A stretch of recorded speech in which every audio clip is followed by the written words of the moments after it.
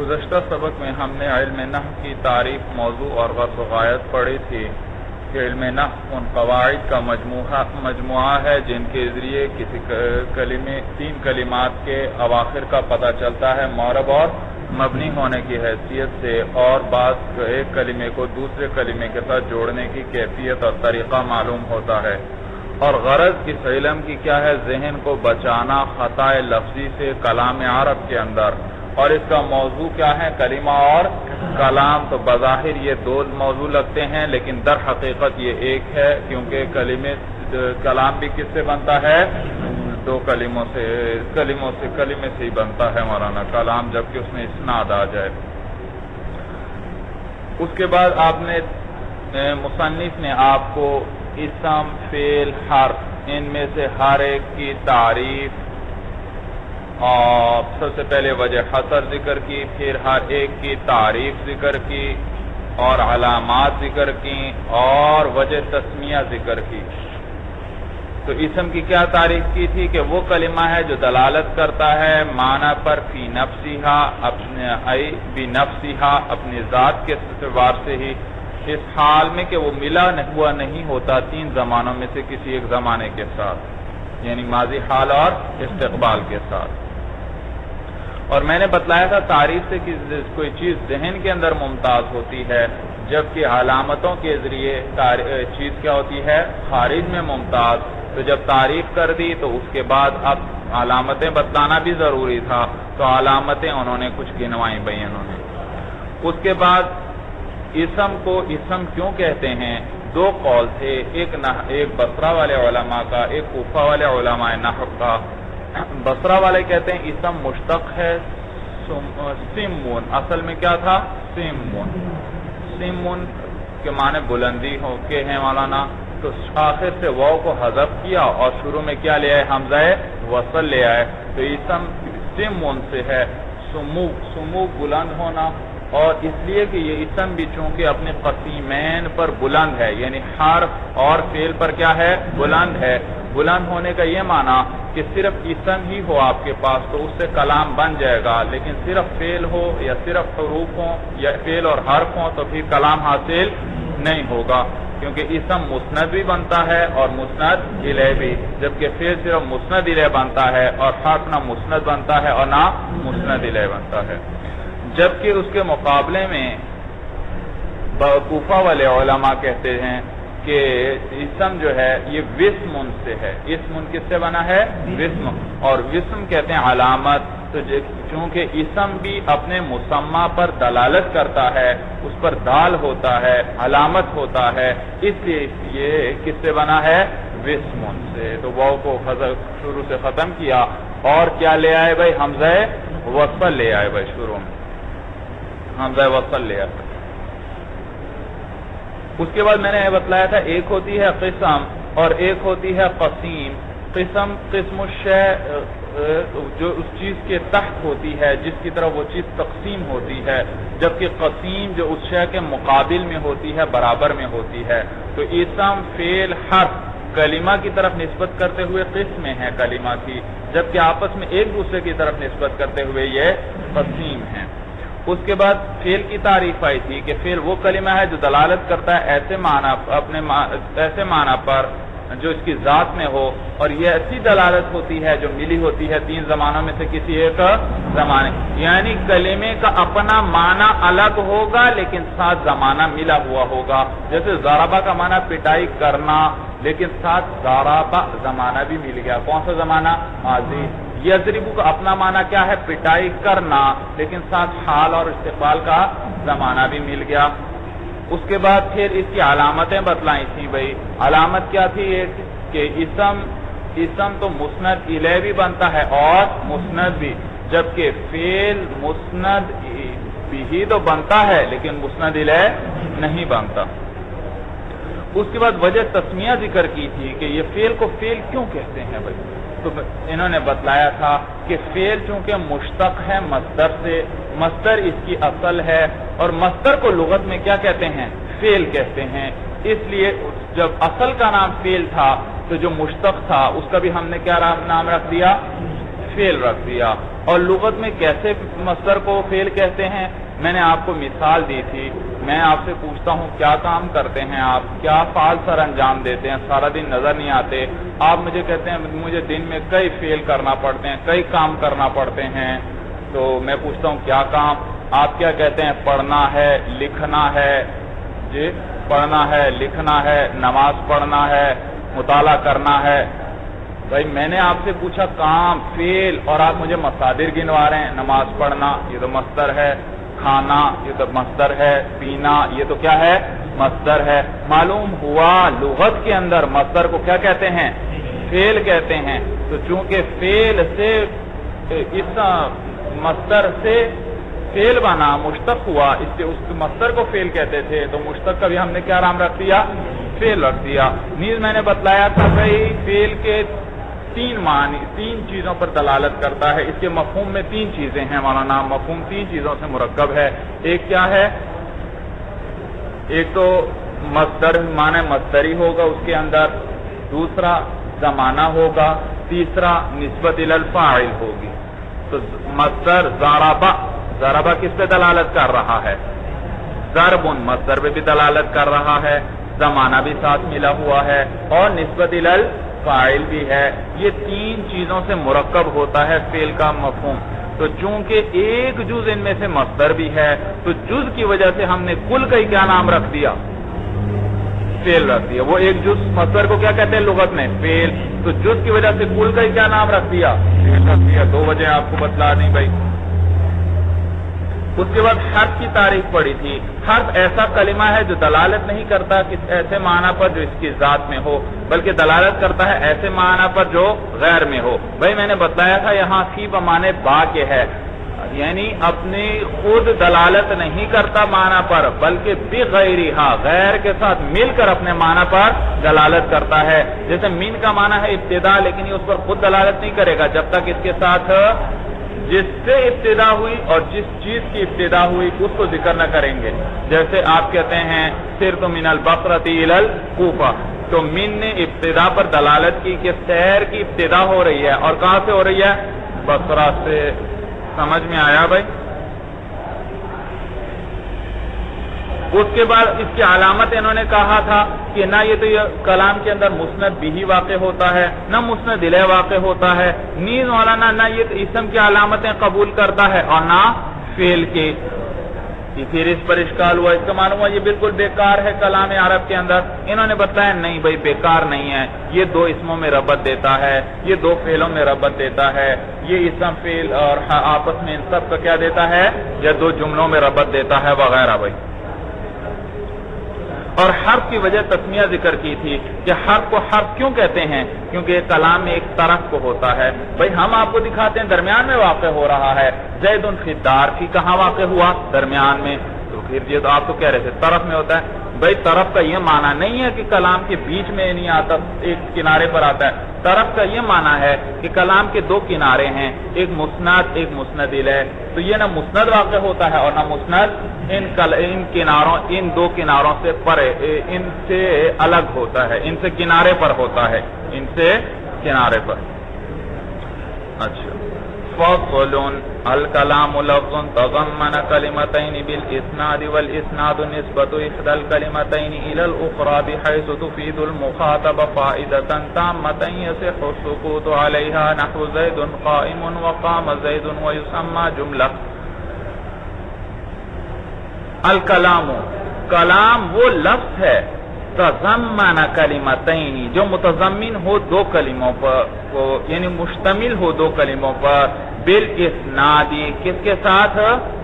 اسناد کے ساتھ. یعنی دو کلموں کو متضمن ہو اسناد کے ساتھ, یعنی ان دونوں کے بیچ میں کیا ہو؟ اسناد بھی ہو. کلام کس چیز کا نام ہے؟ اس لفظ کا نام ہے. بھائی لفظ کہا تو لفظ سے آپ کے ذہن میں یہ نہ وہم آئے کہ لفظ تو مفرد ہے. بھائی لفظ مصدر ہے, اور مصدر کا اطلاق قلیل اور کثیر سب پر ہوتا ہے. تو ایک لفظ بھی ہو سکتا ہے, دو بھی ہو سکتے ہیں, تین بھی, اور زیادہ بھی ہو سکتے ہیں. ایک لفظ تو سمجھ میں ہے. تو کلام متضمن ہوگا دو کلموں کو, اور ساتھ کیا ہوگا ان دو کلموں میں؟ اسناد ہوگا, اسناد ہوگا. سمجھ میں آیا؟ تو کبھی کبھار کلام کے اندر حقیقتاً دو کلمے ہوں گے، کبھی مولانا حکماً دو کلمے ہوں گے۔ حقیقتاً جیسے زید قائم، زید ایک کلمہ، قائم دوسرا کلمہ، ان دونوں کلموں سے مل کر کیا حاصل ہوا؟ کلام حاصل ہوا۔ اور کبھی حکماً ہوگا، اضرب، یہ حکماً دو کلموں کے حکم میں ہے، اس لیے کہ اضرب کے اندر کیا ہے؟ ضمیر ہے انت، تو دراصل یہ حکماً کیا ہے؟ دو کلمے ہیں، تو کلام متضمن ہوگا مولانا۔ تو حقیقتاً بھی ہو سکتا ہے کہ دونوں کلمے حقیقتاً دو الگ الگ کلمے ہوں، اور حکماً بھی ہو سکتا ہے کہ حکماً دو کلمے ہوں، جیسے اضرب کے اندر۔ بھائی سمجھ میں آئی بات؟ بھائی تو الکلام لفظ تضم، کلام ایسا لفظ ہے تضمن کلمتین جو مشتمل ہو، متضمن ہو دو کلموں کو، بالاسناد، اسناد کے ساتھ۔ اسناد کس کو کہتے ہیں؟ کہتے ہیں والاسناد نسبت احدى الکلمتین الى الاخرى بحيث تفيد المخاطب فائدة تامة۔ اسناد کہتے ہیں ایک کلمے کی نسبت کرنا دوسرے کلمے کی طرف اس طریقے پر کہ مخاطب کو فائدہ تام حاصل ہو۔ مخاطب کو کیا حاصل ہو؟ بھئی فائدہ تام کس کو کہتے ہیں؟ کہتے ہیں یصح السکوت علیہا، فائدہ تام وہ ہے کہ جس پر سکوت کرنا صحیح ہو، مخاطب کو بات پوری پتہ چل جائے، اس کے طلب باقی نہ رہے۔ آپ نے کہا زید، طلب باقی ہے، بھئی کیا معنی؟ آپ کہتے ہیں زید قائم، بات پوری ہو گئی یا نہیں ہو گئی؟ آپ کو فائدہ حاصل ہوا یا نہیں ہوا؟ اب فائدہ، اگر میں صرف زید کہتا ہوں کوئی فائدہ ہوا آپ کو؟ نہیں۔ تو زید قائم یہ فائدہ تام حاصل ہو رہا ہے، اب میں سکوت بھی کر لوں آپ کو بات پوری چل گئی، پتہ چل گئی۔ سمجھ میں آیا بھائی؟ تو اسناد کہتے ہیں ایک کلمے کی، تو دیکھو میں نے کہا زید قائم، میں نے قائم کا اسناد کس کی طرف کیا؟ زید کی طرف۔ میں کہتا ہوں اضرب، میں نے فعل کا اسناد کس کی طرف کیا؟ انتا کی طرف۔ میں کہتا ہوں ضربتا، میں نے ضربا کا اسناد کس کی طرف کیا؟ انتا کی طرف۔ میں کہتا ہوں یضرب زیدون، میں نے یضرب کا اسناد کس کی طرف کیا؟ زید کی طرف۔ سمجھ میں آیا بھائی؟ تو ایک کلمے کا اسناد نسبت والاسناد نسبت احدى الکلمتین الى الاخرى، اسناد کرنا ہے، ایک نسبت کرنا ہے ایک کلمے کے دوسرے کی طرف، بحیث اس طور پر تفید المخاطب فائدہ تامہ، کہ مخاطب کو کیا حاصل ہو؟ فائدہ تام حاصل ہو۔ بھائی فائدہ تام کے آگے تفسیر، یہ اسناد کی تعریف پوری ہوئی، آگے یصح السکوت علیہا، یہ تفسیر ہے فائدہ تام کی۔ فائدہ تام کس کو کہتے ہیں؟ جس پر سکوت کرنا صحیح ہو جائے۔ نحو زید قائم، یہ جملہ اسمیہ کی مثال، جملہ اسمیہ اس کو کہتے ہیں جس کا پہلا جز اسم ہو، زید مبتدا، قائم اس کی خبر، وقام زید یہ جملہ فعلیہ کی مثال، قام فعل، زید فاعل، تو یہ جملہ فعلیہ ہوا۔ وَيُسَمَّى جُمْلَةً، اور کلام کو کیا کہتے ہیں؟ جملہ، جملہ بھی کہتے ہیں۔ فَعُلِمَ أَنَّ الْكَلْمَ، کہتے ہیں بس پتہ چل گیا، پتہ چل گیا۔ اسناد کس کو کہتے ہیں مولانا؟ ایک کلمے کی نسبت کرنا دوسرے کی طرف، تو جس کی اسناد کی جائے اس کو کیا کہتے ہیں؟ مسند بھی، جس کی طرف کیا جائے اسناد اس کو کیا کہتے ہیں؟ مسند الیہ۔ معلوم ہوا کلام کے اندر ہمیں ایک مسند بھی چاہیے، ایک مسند الیہ چاہیے۔ اب پتہ چلا کہ کلام دو اسموں سے بھی بن سکتا ہے، کیونکہ اسم مسند الیہ بھی بنے گا، اور زید قائم، زید مسند الیہ، قائم مسند بھی، تو دو اسموں سے کلام بن گیا۔ اور ایک فعل اور ایک اسم سے بھی، قام زید، قام فعل، زید اسم، تو قام مسند بھی اور زید مسند الیہ، تو اسم اور فعل سے۔ جبکہ باقی کسی چیزوں سے ان دو صورتوں کے علاوہ کل 6 صورتیں بنتی تھی، باقی صورتوں میں کلام حاصل نہیں ہوگا۔ 6 صورتیں، بھائی کلام میں ہمیں کم از کم کتنے کلمے چاہیے؟ 2 کلمے چاہیے، تو اس کی 6 صورتیں تھیں۔ یہ دونوں فعل ہوں، یہ دونوں اسم ہوں، یہ دونوں حرف ہوں، یہ ایک اسم ہو اور ایک فعل ہو، یا ایک اسم ہو اور ایک حرف ہو، یا ایک فعل ہو اور ایک حرف ہو۔ کل کتنی صورتیں ہوئیں؟ 6 صورتیں ہو گئیں بھائی۔ سمجھ میں آیا بھائی؟ تو ان 6 میں سے صرف 2 صورتیں ہیں مولانا کی، دونوں اسم ہوں، اور دوسری صورت ایک اسم اور ایک فعل ہو، باقی دونوں فعل ہوں۔ بھائی مسند بھی تو ہے، مسند الیہ نہیں۔ دونوں حرف ہوں، نہ مسند الیہ ہے نہ مسند، ایک فعل ہے ایک حرف ہے، مسند بھی تو ہے مسند الیہ نہیں، تو ان سے کلام حاصل نہیں ہوگا۔ فعلم پس جان لیا گیا ان الکلام لا يحصل الا من اسمین، کہ کلام حاصل نہیں ہوتا مگر دو اسموں سے، نحو زید قائم، جیسے زید کھڑا ہے، ویسمى جملۃ اسمیۃ، اور اس کو کیا کہتے ہیں؟ جملہ اسمیہ کہتے ہیں، او من فعل واسم، یا فعل اور اسم، نحو قام زید، قام فعل زید اسم بھائی، ویسمى جملۃ فعلیۃ، اور اس کو جملہ فعلیہ کہتے ہیں۔ بھئی انہی دو صورتوں سے کیوں ہوتا ہے؟ کہتے ہیں اذ لا یوجد المسند والمسند الیہ معا فی غیرہما، اس لیے کہ مسند اور مسند الیہ اکٹھے، معا کا کیا معنی؟ اکٹھے نہیں پائے جاتے، فی غیرہما ان دو صورتوں کے علاوہ میں، صرف انہی دو صورتوں میں یہ دونوں ملتے ہیں۔ ولا بد للکلام منہما، اور ضروری ہے کلام کے لیے ان دونوں میں سے ہونا، مسند کا بھی ہونا ضروری ہے اور مسند الیہ کا ہونا بھی ضروری ہے۔ اس پر اشکال ذکر کرتے ہیں، بھئی آپ نے کیا کہا؟ کلام کی صورت میں دونوں اسم ہو یا ایک فعل ہو رہے، ہم آپ کو دکھاتے ہیں ایک حرف اور ایک اسم سے کلام حاصل ہو رہا ہے، یا زیدو، اس کو کلام کہتے ہیں مولانا، یا زیدو اے زید، تو آپ نے اس کو متوجہ کیا اپنی طرح مولانا، تو دیکھو ایک حرف ہے یا، اور زید ایک اسم ہے، تو ایک حرف اور ایک اسم سے کیا حاصل ہو رہا ہے؟ کلام حاصل ہوا۔ جواب دیتے ہیں کہ بھئی یہ یا قائم مقام ادعو کے ہے، اور کلام اصل میں یوں ہے ادعو زیدن، میں زید کو طلب کر رہا ہوں۔ سمجھ میں آیا بھائی؟ تو اصل میں یہ یا قائم مقام ادعو کے ہے۔ اچھا سمجھ میں آئی بات بھائی؟ ادعو زید، تو لہذا یہ یا قائم مقام اس کے ہوئی، تو لہذا یہاں پر دراصل کلام ایک حرف اور ایک اسم سے نہیں حاصل ہو رہا، بلکہ کلام کس سے حاصل ہو رہا ہے؟ ایک فعل اور ایک اسم سے۔ اچھا کہتے ہیں اس کا مطلب تو یہ ہوا، پھر تو صرف اکیلے یا سے ہی کلام حاصل ہونا چاہیے تھا۔ کس سے حاصل ہونا چاہیے تھا؟ یا سے۔ کیوں؟ کیونکہ یا کس کے قائم مقام ہے؟ ادعو کے، ادعو فعل، انا ضمیر فاعل، فعل فاعل مل کر کلام، تو معلوم ہوا صرف یا ہی اس سے کلام حاصل ہوا، تو زید بیکار ہوا۔ کہتے ہیں نہیں بھائی، جب ادعو زیدن تھا اس وقت زید مفعول تھا، اور مفعول فضلہ ہوتا ہے۔ کیا ہوتا ہے؟ فضلہ زائد چیز ہوتی ہے، زائد چیز مولانا، جبکہ فاعل ضروری ہے، کوئی فعل بغیر فاعل کے کبھی نہیں آ سکتا۔ تو ادعو زیدن، تو ادعو فعل اور انا ضمیر فاعل، تو کلام تو انہی سے حاصل ہوا، زید تو کیا ہوا؟ فضلہ ہوا، زائد چیز ہوئی۔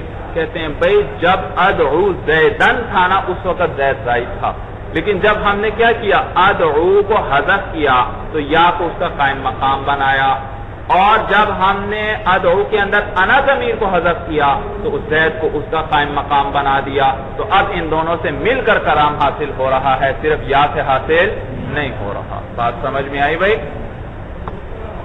فَإِنْ قِيلَ قَدْ نُوقِذَ بِالنِّدَاءِ کے تحقیق، یہ جو آپ نے بند کیا کلام کو دو قسموں میں، یہ جو آپ نے حصر کیا، حصر کا معنی ہوتا ہے بند کرنا، ہم نے کتنی قسموں میں کلام بند کیا تھا؟ دو قسموں میں، کہ دونوں اسم ہو یا ایک اسم ہو اور ایک فعل۔ کہتے ہیں یہ آپ کا حصر ٹوٹ جاتا ہے بن ندا بھائی، کس کے ساتھ؟ جی تو یہ کلام توڑا گیا ہے ندا کے ساتھ، یعنی اشکال کیا گیا ہے اس پر ندا کے ساتھ، نحو یا زید، کہ یہ کلام ہے۔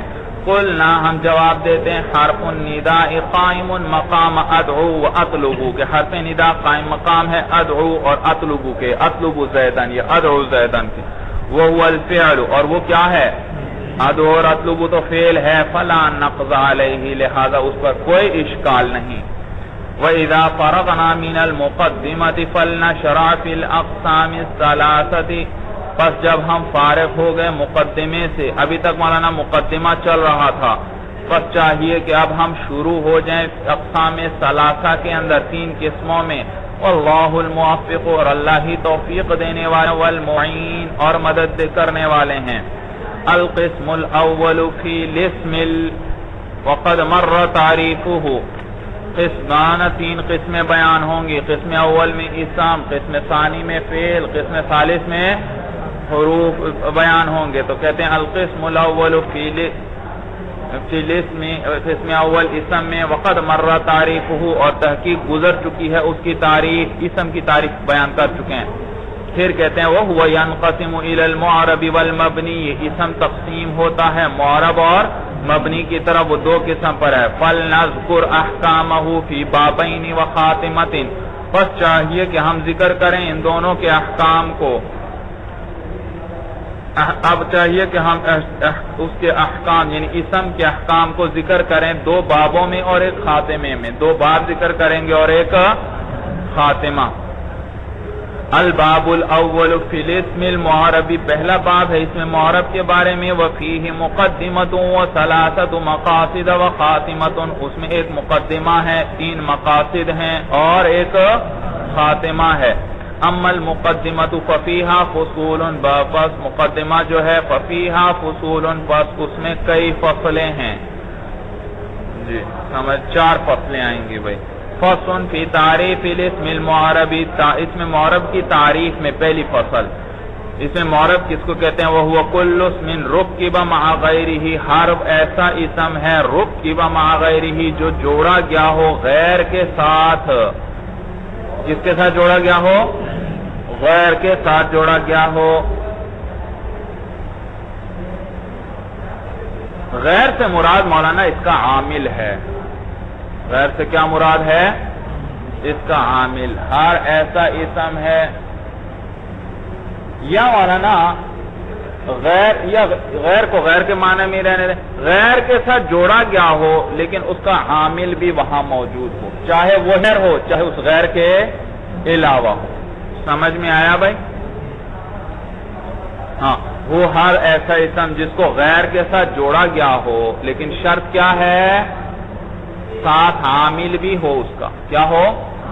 عامل بھی ہو، چاہے وہی غیر عامل ہو چاہے کوئی اور عامل ہو. مثلا ہم نے جوڑا مولانا زید قائم، زید کو کس سے جوڑا؟ قائم کے ساتھ. تو اب دیکھیے مولانا، اب یہ مولانا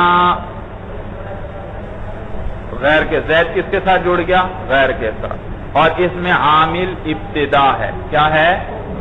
ابتدا. مبتدا کے اندر بھی عامل ابتدا ہوتی ہے، خبر کے اندر بھی عامل ابتدا ہوتی ہے. آگے ابتدا کی تعریف آ جائے گی. ابتدا کس کو کہتے ہیں؟ عامل معنوی. یہ کیا ہے؟ عامل معنوی ہے. بس یہ یاد رکھیں. سمجھ میں آیا بھائی؟ تو دیکھیے مولانا، میں کہتا ہوں غلام زیدن، غلام زیدن.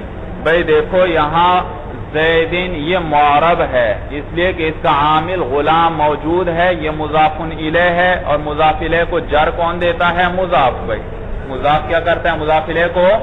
تو وہ عامل ہوا، تو یہ اپنے عامل کے ساتھ آیا. تو یہ کیا بن گیا مولانا؟ معرب. کیا بنا؟ معرب بنا.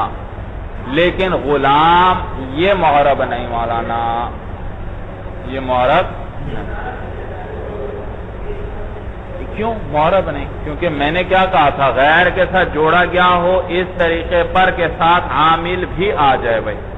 اور یہاں غلام میں کوئی عامل ہے؟ بھائی غلام پر آپ کیا پڑھنا چاہتے ہیں؟ رفع پڑھنا چاہتے ہیں. کیوں پڑھیں گے بھائی؟ رفع کے لیے کوئی عامل چاہیے یا نہیں چاہیے؟ بھائی فعل چاہیے جو اس کے لیے یہ فاعل بنے، یا یہ مبتدا بنے، یا یہ خبر بنے، یا یہ نائب فاعل بنے. پھر مرفوع ہو سکتا ہے بغیر کسی وجہ کے رفع نہیں. بھائی رفع نصب جر ہر کی وجہ سے آتا ہے یا بغیر وجہ کے آ جاتے ہیں؟ کسی وجہ سے چاہیے تو وہ عامل کی وجہ سے آتے ہیں رفع نصب جر. یہاں پر کوئی عامل ہے جو اس کو رفع دے یا نصب دے یا جر دے؟ کوئی عامل ہی نہیں. تو لہذا غلام یہ مبنی ہوا. کیا ہوا؟ مبنی ہوا. اور زیدین یہ کیا ہے؟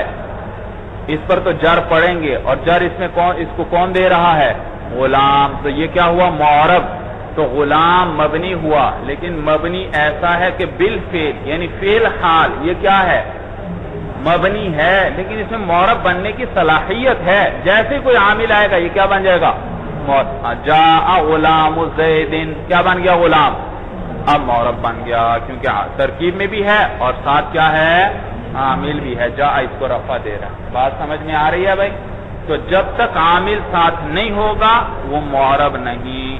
دراصل یہاں دو مذہب ہیں مولانا۔ بعض علماء کے نزدیک معرب وہ ہے جس پر جو اعراب کو قبول کرے۔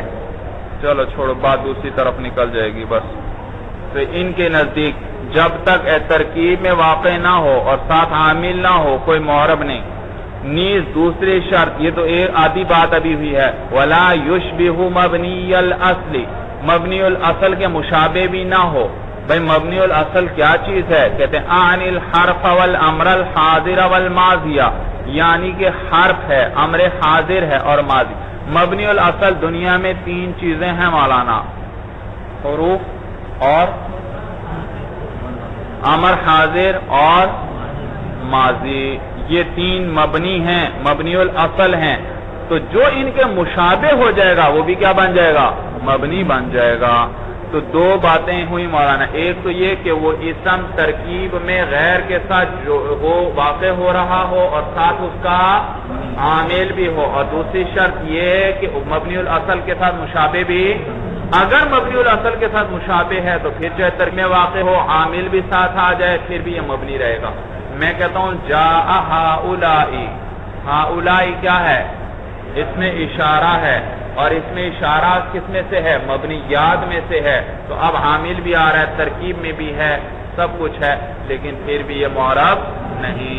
آپ کہتے ہیں جاء ہؤلاء، رأیت ہؤلاء، مررت بہؤلاء، تینوں حالتوں میں ایک ہی طرح ہے، حمزہ پر کسرہ ہی آ رہا ہے، کوئی حالت بدل نہیں رہی۔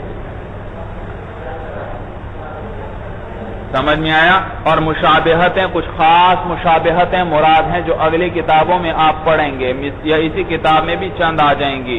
مثال کے طور پر ذکر کر دیتا ہوں، اس میں اشارہ یہ حروف کے مشابہ ہے۔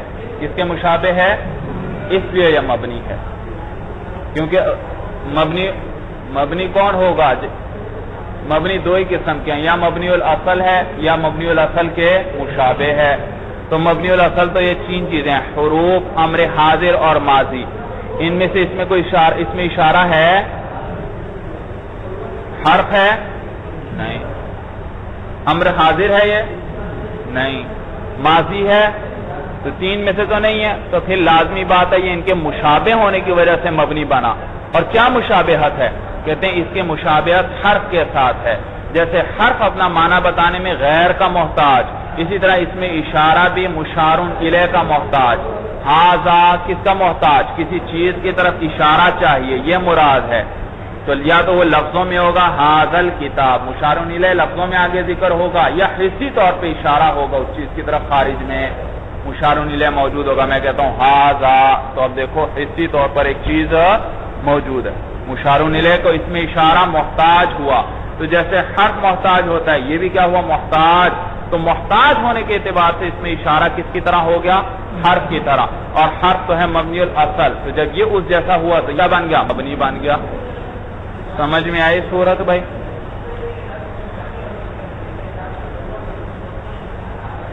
نحو زید فی قام زید، جیسے کہ زید کا لفظ معرب ہے مولانا کس جملے کے اندر؟ فی، اس جملے میں، قام زید، قام، تو دیکھو قام زید کے اندر یہ زید کا لفظ مولانا کیا ہے؟ زید کا لفظ معرب ہے مبنی ہے؟ معرب ہے کیونکہ ترکیب میں بھی واقع ہو رہا ہے اور ساتھ اس کا عامل بھی ہے، اور مبنی الاصل کے ساتھ یہ مشابہ بھی، اسی لیے تو اعراب بدلتا ہے، جاء زید، رأیت زیدا، مررت بھی، حالانکہ مبنی تو بدلتا نہیں۔ لا زید وحدہ، اکیلا زید لفظ وہ نہیں ہے مولانا، لعدم ترکیبی، کیونکہ ترکیب ہی تو زید۔ بھئی آپ اس کو زیدن پڑھنا چاہتے ہیں، کیوں پڑھیں گے زید؟ زیدن آپ نہیں پڑھ سکتے اس کو، کیوں؟ یہ تو رفع دے رہے ہیں، اور رفع کے لیے کوئی عامل چاہیے یا نہیں چاہیے؟ چاہیے، تو لہذا زید اکیلا یہ کیا ہے؟ مبنی ہے۔ سمجھ میں آیا؟ مبنی ہے اور مبنی ہے۔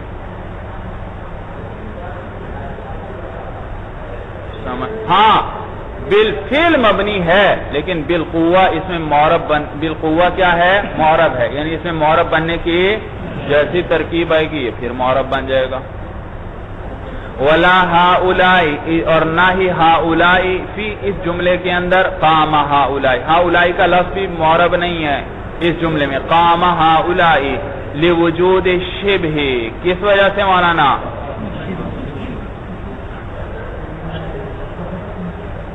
مشابہت کی وجہ سے.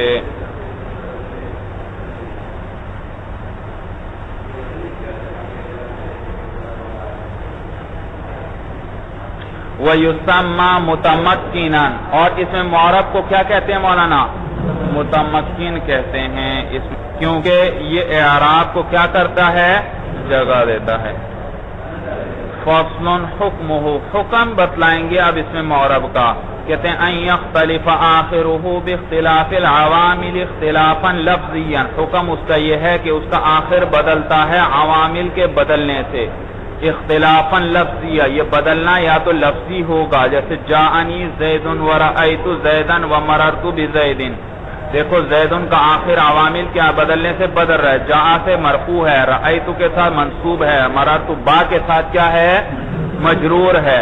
او تقدیریا، یا مولانا وہ اختلاف تقدیری ہوگا، جیسے جاءنی موسیٰ رأیت موسیٰ ومررت بموسیٰ. یہاں اعراب تقدیری ہے، تینوں حالتوں میں بدل رہا ہے لیکن ہمیں دکھائی نہیں دے رہا، اس لیے کہ اس کے آخر میں الف مقصورہ ہے اور الف مقصورہ ہونے کی وجہ سے اس پر اعراب نہیں آ سکتا. اگر الف مقصورہ نہ ہوتا تو ہمیں آنکھوں سے نظر آتا، ہمیں تلفظ سے پتہ چلتا مولانا کہ کیا ہو رہا ہے، اس کی حالت بدل رہی ہے.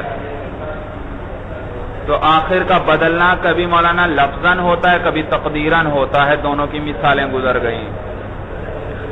اب بات آئی اعراب کی. بھئی اعراب کس کو کہتے ہیں؟ کہتے ہیں الاعراب ما به یختلف آخر المعرب، اختلاف وہ چیز ہے جس کے سبب سے بدلتا ہے معرب کا آخر. کالضمۃ والفتحۃ والکسرۃ، جیسے کہ ضمہ ہے، فتحہ ہے، اور تو زیدن پر یہ کیا ہے؟ ضمہ رہا ہے، یہ اعراب. زیدن پر فتحہ ہے، زیدین پر کسرہ ہے، یہ اعراب ہیں، اس سے بدل رہا ہے اس کا آخر.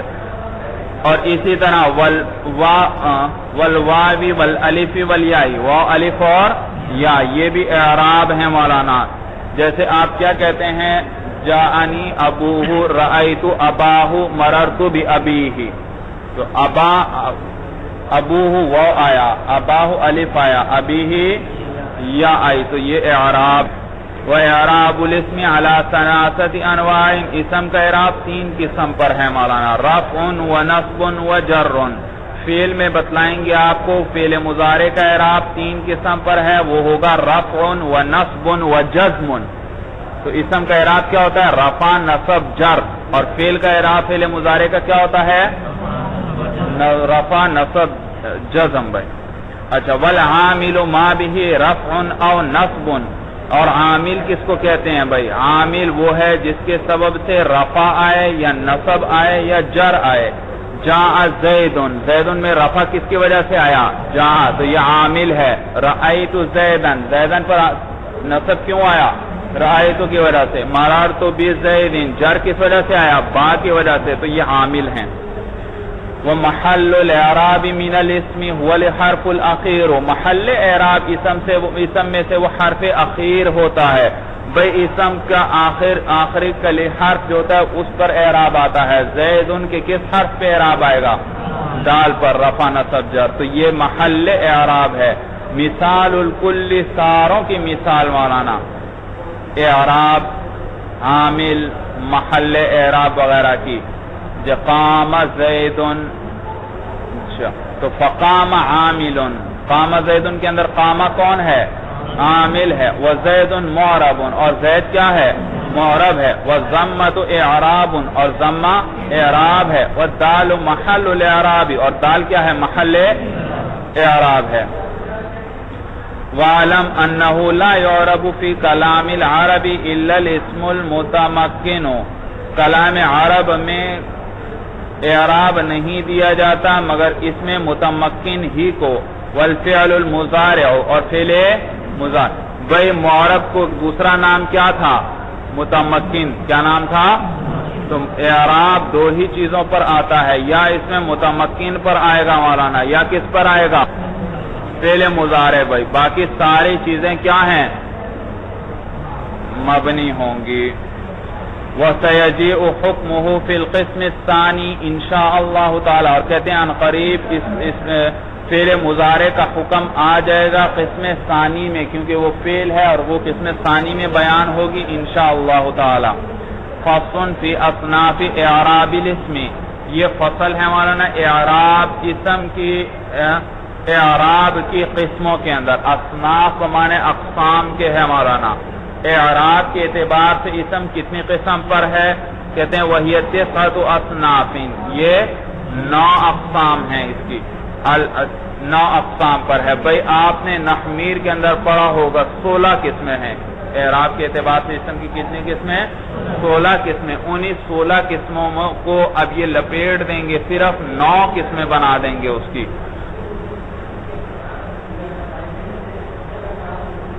سمجھ میں آیا بھائی؟ اچھا یہاں ایک بات آئی تھی مولانا، ضمہ فتحہ کسرہ وغیرہ، رفع نصب جر ہے. یاد رکھو مولانا یہ ان کے 3 قسم کے نام ہیں. یہاں پر 3 نام ہیں. ایک کیا ہے؟ ضم فتح کسر. کیا ہے؟ ضم فتح کسر. ایک ہے ضمۃ فتحۃ کسرۃ، تا ساتھ مل جاتی ہے. ایک ہے رفع نصب جر. کتنے قسم کے نام؟ اول کیا؟ ضم فتح، دوسرا ضمۃ فتحۃ کسرۃ، تیسرا رفع نصب جر.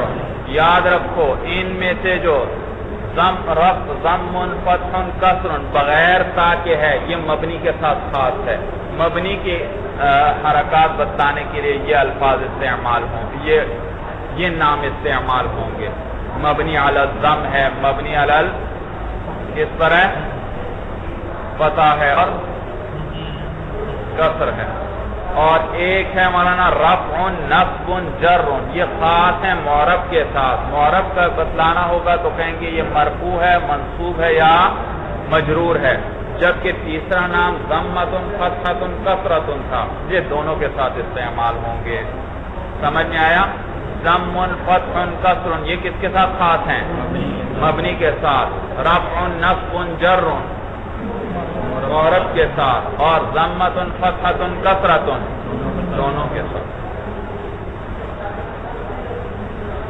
الاول پہلی قسم یہ ہے ان یکون الرفع بالضمۃ والنصب بالفتحۃ والجر بالکسرۃ، کہ رفع ضمے کے ساتھ آئے، نصب فتحہ کے ساتھ آئے اور جر کسرہ کے ساتھ آئے. وَيُخْتَصُّ بِالْمُفْرَدِ الْمُنْصَرِفِ الصَّحِيحِ. اور یہ خاص ہے مفرد منصرف صحیح کے ساتھ.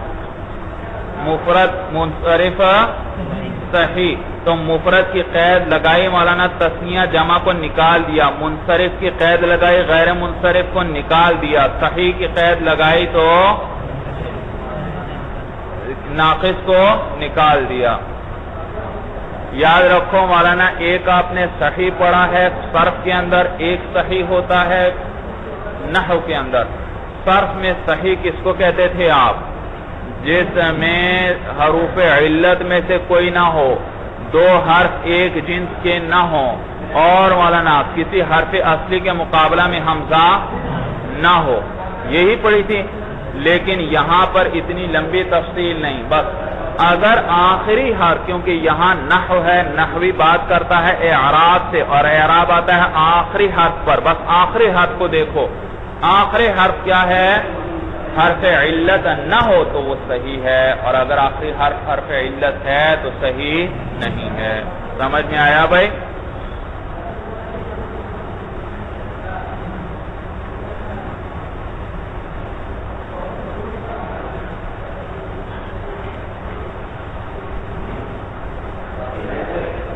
دیکھیے خود بتلا رہے ہیں صحیح کس کو کہتے ہیں. کہتے ہیں وہ عند النحات، وہ نحویوں کے نزدیک ما وہ کلمہ ہے لا یکون فی آخرہ حرف علت، کہ جس کے آخر میں حرف علت نہ ہو. کا زید، جیسے کیا ہے؟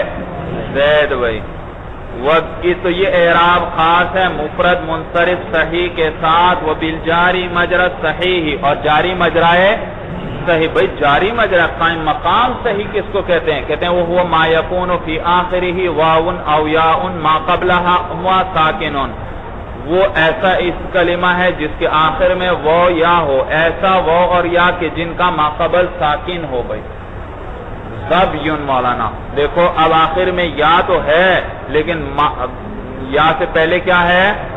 ساکن، اس لیے اس کو کیا کہتے ہیں؟ قائم مقام صحیح. تو جیسے صحیح پر اعراب کا پڑھنا آسان ہوتا ہے، اسی طرح ان کے آخر میں ہے تو وہ یا آ رہی ہے، لیکن چونکہ ماقبل ساکن ہے اس لیے ان پر بھی اعراب تینوں پڑھنا آسان ہے، اس لیے یہ بھی کیا ہے؟ قائم مقام صحیح کے ہیں. کدلوین یہ واوی کی مثال ہے، وضبین اور یہ کس کی مثال ہے؟ جی دلب ڈول کو کہتے ہیں، ضب ہرن کو کہتے ہیں. بالجمع المکسر المنصرف نیز یہ اعراب خاص ہے جمع مکسر منصرف کے ساتھ، جمع کا صیغہ ہو مکسر ہو یعنی جمع سالم نہ ہو، منصرف ہو یعنی غیر منصرف نہ ہو. کر رجال جیسے رجال کا لفظ دیکھو ایک جمع مکسر ہوتی ہے ایک جمع سالم. جمع سالم وہ جس کے اندر مفرد کا وزن قائم رہے، جیسے مسلمون جمع ہے مسلمون، تو دیکھو وہ پورا مسلم شروع میں سلامت ہے، مسلمون کے شروع میں مسلم آ رہا ہے نہیں آ رہا، تو سالم ہے وزن نہیں ٹوٹا، اس کو کہتے ہیں جمع سالم. اور ایک وہ جمع جس میں وہ کا وزن ٹوٹ جائے، مفرد کا وزن تھا رجل فاعل اور جمع کیا ہے؟ رجال، تو رجل کے شروع میں آ رہا ہے اس کے نہیں، وزن ٹوٹ گیا، را پر فتحہ تھا ہم نے کسرہ دے دیا، جی پر ضمہ تھا ہم نے کیا فتحہ دے دیا، درمیان میں الف آ گیا، سارا وزن ہی ٹوٹ گیا بھائی، تو اس کو جمع مکسر کہتے ہیں.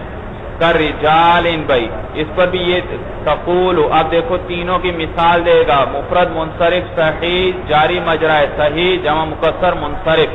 جاءنی زید ودلو وضبیون، زید کس کی مثال ہے؟ مفرد منصرف دلون جاری مجرائے صحیح، ورجالون جمع مکسر منصرف.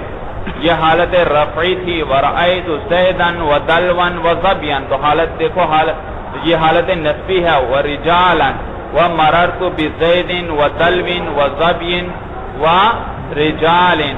تو دیکھو حالت رفعی میں تینوں پر ضمہ، سب پر ضمہ، حالت نسبی میں فتحہ، حالت جری میں کسرہ آیا بھائی. تو یہ تین اعراب تینوں حالتوں میں الگ الگ آ رہے ہیں بھائی. الثانی دوسری قسم یہ ہے ان یکون الرفع بالضمۃ والنصب والجر بالکسرۃ، رفع تو آئے ضمہ کے ساتھ، رفع کس کے ساتھ آئے گا؟ ضمہ کے ساتھ. والنصب والجر بالکسرۃ، اور نصب اور جر دونوں کس کے ساتھ آئیں گے؟ یاد کرتے جاؤ ابھی میں پوچھوں گا سب سے. اور نصب اور جر آئیں گے کسرہ کے ساتھ. وَيُخْتَصُّ بِجَمْعِ الْمُؤَنَّثِ السَّالِمِ، اور یہ خاص ہے اعراب کس کے ساتھ؟ جمع کے، ایسی جمع جو مؤنث کی جمع ہو اور کیسے ہو؟ سالم. جمع مؤنث سالم جانتے ہو کس کو کہتے ہیں بھائی؟ وہ جمع جس کے آخر میں الف تا آئے. کیا ہے؟ مسلمتن کی جمع کیا ہے کہ مسلمات، یہ جمع مؤنث سالم ہے. اب دیکھو آپ کہتے ہیں جاء مسلماتن، رأیتو مسلمات، تین مسلمات تن نہیں کہنا کیونکہ اس کا نصب کس کے تابع ہے؟ جر تابع ہے. تو نصب اور جر دونوں کسرہ کے ساتھ آئیں گے. رأیتو مسلماتن مررت بمسلماتن. تو دیکھو تقول تو کہے گا ہن مسلماتن، یہ حالت رفعی ہے، ورأیت مسلماتن حالت نصبی ہے، ومررت بمسلماتن حالت جری ہے. الثالث تیسری قسم یہ ہے مولانا ان یکون الرفع بالضمۃ والنصب والجر بالفتحۃ، کہ رفع تو ضمے کے ساتھ آئے لیکن نصب اور جر کس کے ساتھ آئے؟ فتحے کے ساتھ آئے. وَيُخْتَصُّ بِغَيْرِ الْمُنْصَرِفِ، اور یہ خاص ہے کس کے ساتھ؟ غیر منصرف. مولانا رفع آئے گا کس کے ساتھ؟ ضمے کے ساتھ، اور نصب اور جر فتحے کے ساتھ. کا عمر جیسے عمر کا لفظ ہے، تقول جاءنی عمر ورأیت عمر ومررت بعمر.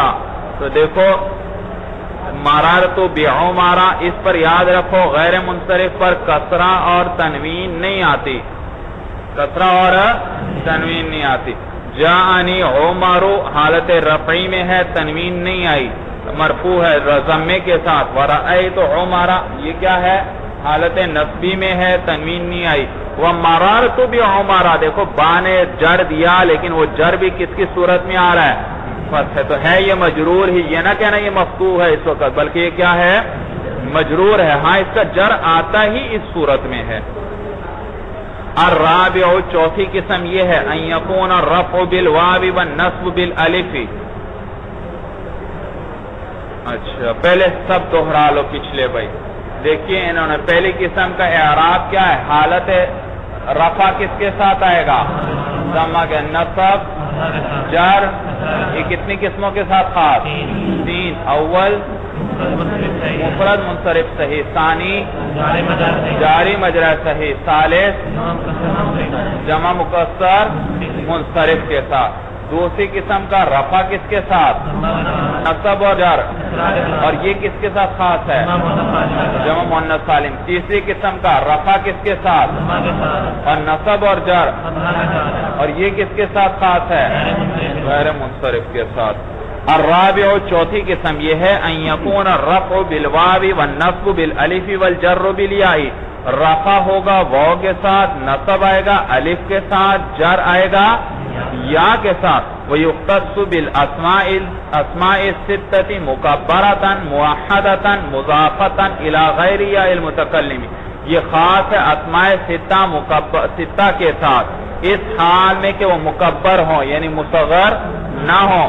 موحدتاً اس حال میں کہ یہ کیا ہوں؟ مفرد ہوں، تثنیہ اور جمع نہ ہوں. مضافتاً اس حال میں کہ یہ کیا ہوں؟ مضاف ہوں، لیکن الی غیر یا المتکلم یا متکلم کی طرف مضاف نہ ہو، ورنہ تو اعراب کی قسم بدل جائے گی. تو اسماء ستہ مکبرہ ہیں لیکن کیا شرط ہے؟ اسماء ستہ مکبرہ. اسماء ستہ کا اعراب ہے حالت رفع میں واو، حالت نصبی میں الف، حالت جری میں. لیکن شرط کیا ہے کہ کیا ہو؟ مکبرہ ہو، موحدہ ہو اور مضافہ ہو الی غیر یائل.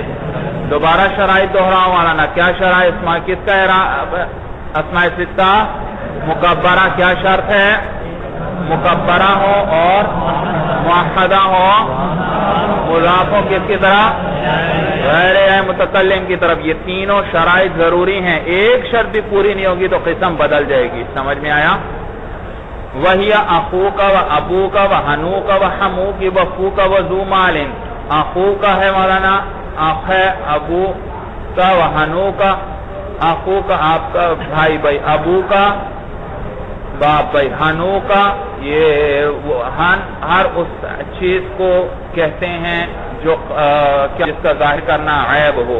وہ حمو کی کس کو کہتے ہیں مولانا؟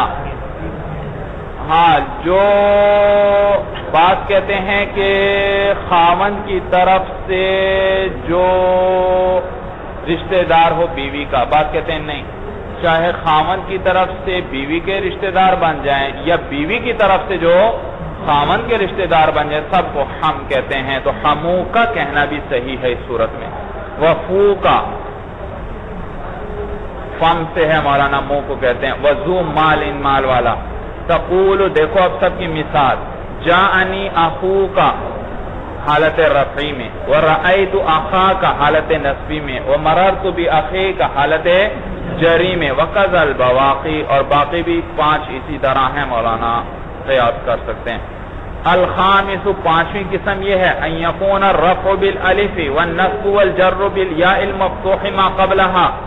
الف رفع آئے گا الف کے ساتھ، تثنیہ کی بات کرنے لگے، رجلانی اور رجلینی. تو دیکھو حالت رفع الف کے ساتھ اور نصب اور جر کس کے ساتھ؟ یا کہ ایسی یا کہ مفتوح ہو جس کا ما قبل بھائی. وَيُخْتَصُّ بِالْمُثَنَّى اور یہ اعراب خاص ہے کس کے ساتھ؟ تثنیہ کے ساتھ. وَقِلَا اور قلع کے ساتھ. کب؟ جب مضافاً الی مضمر. قلع کس کی طرح مضاف ہو؟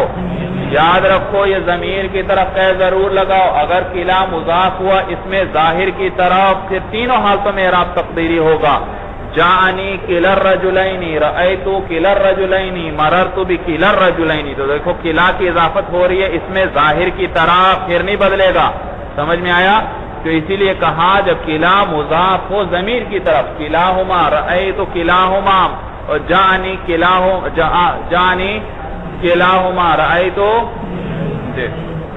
جاءنی الرجلان کلاہما وجاء رأیت الرجلین کلیہما ومررت بالرجلین کلیہما. یہ تاکید ان کر آتا ہے مولانا، تاکید بنتا ہے. تو یہ اعراب خاص ہے تثنیہ کے ساتھ اور کلا کے ساتھ، جبکہ وہ مضاف و ضمیر کی طرف. کلا بھی مراد ہے اور کلتا بھی مراد ہے. سمجھ میں آیا بھائی؟ کلا کیونکہ جب مذکر کو ذکر کر دیا تو مذکر اصل ہے اور مؤنث کیا ہے؟ فرع. اور تو اصل کو ذکر کر دیا تو فرع خود بخود آ گئی. وسنانی وسنتانی اور اسنانی اسنتانی. تو اسنانی اسنتانی کا بھی یہ اعراب ہے. اسنتانی اسنانی حالت رفعی میں کس کے ساتھ؟ الف کے ساتھ. حالت نصبی جری میں یا ما قبل مفتوح کے ساتھ. اس پر اشکال ہوگا آپ کے ذہن میں کہ تثنیہ کو ذکر جب کر دیا تو اسنانی اسنتانی کو کیوں ذکر کر رہے ہیں؟ ذہن میں اشکال آتا ہے یا نہیں؟ بھئی یہ تثنیہ نہیں ہے. آپ کو کس نے کہا یہ تثنیہ ہے؟ تثنیہ اس کو کہتے ہیں جس کے آخر میں الف نون کا اضافہ آپ کرتے ہیں، اور ورنہ اس کے علاوہ وہ مفرد ہوتا ہے. رجلانی یہ الف نون ہٹاؤ کیا بن گیا؟ مفرد بن گیا یا نہیں بن گیا؟ تو معلوم ہوا تثنیہ میں الف نون کا اضافہ ہوتا ہے، اور اسنان اسنتانی میں ایسا ہے الف نون کو ہٹا کر استعمال کرتے ہیں آپ؟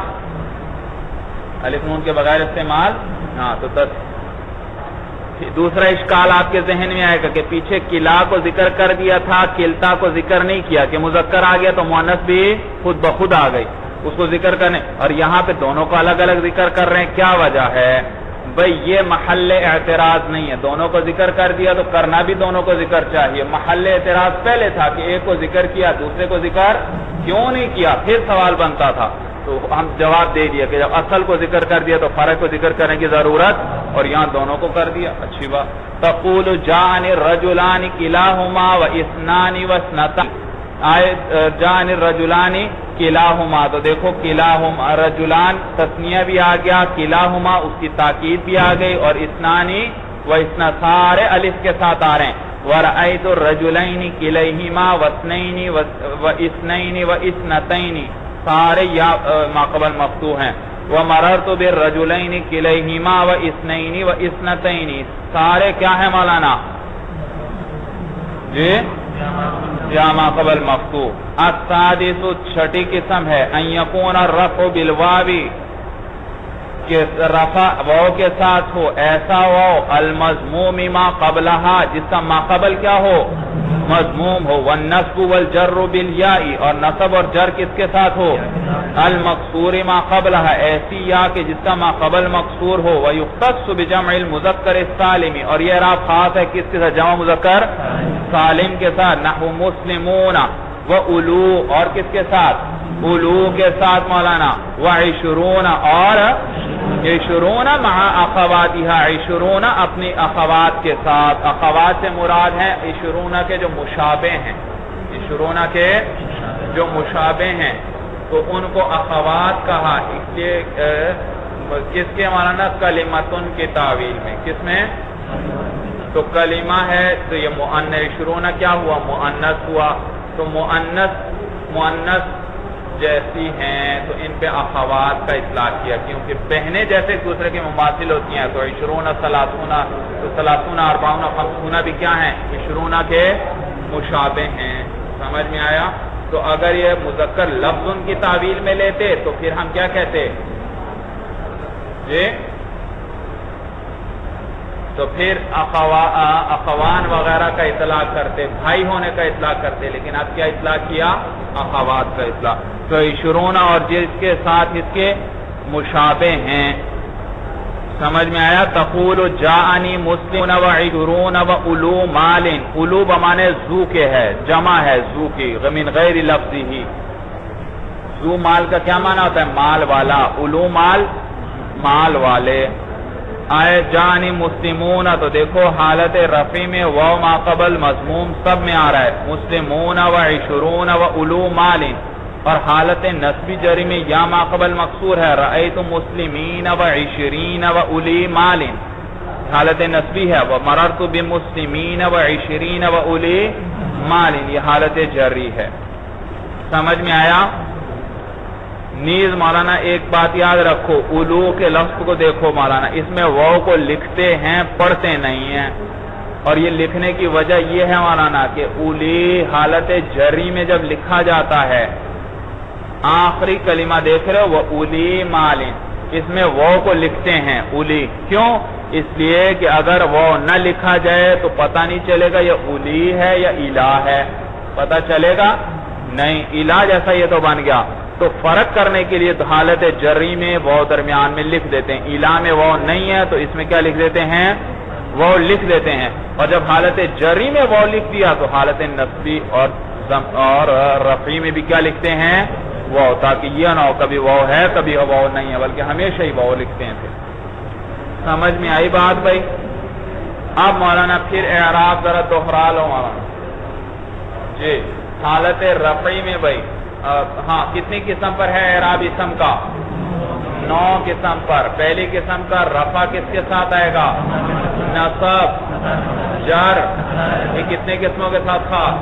3 قسمیں، اول مفرد منصرف صحیح، ثانی جاری مجرى صحیح، ثالث جمع مکسر منصرف، اچھا دوسری قسم رفع کس کے ساتھ؟ نصب اور جر کسرہ کے ساتھ، یہ کس قسم کے ساتھ تھا؟ جمع مؤنث سالم کے ساتھ۔ تیسری قسم رفع کس کے ساتھ؟ ضمہ کے ساتھ، نصب اور جر فتحہ کے ساتھ، یہ کس قسم کے ساتھ تھا؟ غیر منصرف کے ساتھ۔ چوتھی قسم رفع کس کے ساتھ؟ واو کے ساتھ، نصب کس کے ساتھ؟ جر کس کے ساتھ؟ یا کے ساتھ۔ یہ کس کا اعراب ہے؟ پورا نام لو بھائی، پورا اسماء ستہ، اسماء ستہ مکبرہ موحدہ مضافہ الی غیر یائل متکلم۔ اس کے بعد 5ویں قسم رفع کس کے ساتھ؟ الف کے ساتھ اور نصب اور جر، اور یہ کتنی قسموں کے ساتھ تھا؟ 3 قسموں کے ساتھ، اول تثنیہ، ثانی علاج، پوری بات کرو، علاج جب مضاف ہو کس کی طرف؟ ضمیر کی طرف۔ تیسرا بھائی اثنان و اثنتانی۔ چھٹی قسم اعراب کی رفع کس کے ساتھ؟ وہ ما قبل مضموم کے ساتھ، نصب اور جر، اور یہ کتنی قسموں کے ساتھ خاص ہے؟ 3۔ کون کون سی؟ جمع مذکر سالم اور اولو اور وَعَلَمْ أَنَّ نُونَ التَّثْنِيَةِ مَكْسُورَةً أَبَدًا۔ نون تثنیہ اور جمع آئے تھے تو اب بتلا رہے ہیں کہ نون تثنیہ ہمیشہ مکسور ہوگا، رجلانی، ونون جمع السلامت مفتوحۃ ابدا، اور جمع سلامت کا نون جو ہے ہمیشہ مفتوح ہوگا، وکلاہما تسقطان عند الاضافۃ، اور اضافت کے وقت یہ دونوں گر جاتے ہیں، تقول جانی غلاما زیدن، تو اصل میں کیا تھا؟ غلامانی زیدن ومسلم مصر۔ سمجھ میں آیا بھائی؟ السابع، 7ویں قسم یہ مولانا، ان یکون الرفع بتقدیر الضمۃ، رفع تقدیر ضمہ کے ساتھ، نصب تقدیر فتحہ کے ساتھ، جر تقدیر کسرہ کے ساتھ، ویختص بالمقصور، اور یہ خاص ہے کس کے ساتھ؟ اس میں مقصور کے ساتھ۔ کس کے ساتھ؟ اس میں مقصور کے ساتھ۔ اور اس میں مقصور کس کو کہتے ہیں بھائی؟ جس کے آخر میں الف مقصورہ ہو، جس کے آخر میں الف مقصورہ ہو، وہ ہوا ما فی آخرہ الف مقصورہ، وہ ہے جس کے آخر میں الف مقصورہ ہو۔ یاد رکھو کبھی الف مقصورہ لفظوں تلفظ میں بھی ہوگا، کبھی تقدیراً موجود ہوگا، جیسے آپ کہتے ہیں جاءنی العصا، عصا کے آخر میں کیا آ رہا ہے؟ الف. یہ کیا ہے؟ الف مقصورہ. تو دیکھو تلفظ میں بھی آ رہا ہے. اور کبھی کبھار وہ الف مقصورہ ہوتا ہے لیکن گر جاتا ہے، تقدیراً ہوتا ہے. جاءنی فتن. جاءنی یہ دراصل کیا تھا؟ فتیون تھا. کیا تھا؟ فتیون. پھر کیا ہوا مولانا؟ یا متحرک ما قبل فتحہ، اس کو کس سے بدلا؟ الف سے. تو کیا بنا؟ فتان. تو الف آیا یا نہیں آیا؟ الف یہاں موجود ہے لیکن پھر کیا ہوا؟ نون اور الف میں اجتماع ساکنین علی غیر حد ہی آیا تو الف گر گیا. کیا رہ گیا؟ فتان. تو یہاں الف کیا ہے؟ تقدیراً ہے. کیا ہے؟ تقدیراً. تو جب الف لام اس پر آئے گا تو پھر الفتح پڑھیں گے. کیونکہ الفتح کیوں؟ اس لیے کہ الف کس وجہ سے گر رہا تھا؟ اجتماع ساکنین الف میں اور نون تنوین میں آیا تھا. اور جب الف لام آ جائے تو تنوین آتی ہے. جب تنوین نہیں آئے گی تو وہ اب الف میں اجتماع ساکنین بھی نہیں آئے. جو اجتماع ساکنین نہیں آئے تو وہ گرے گا بھی نہیں گرے.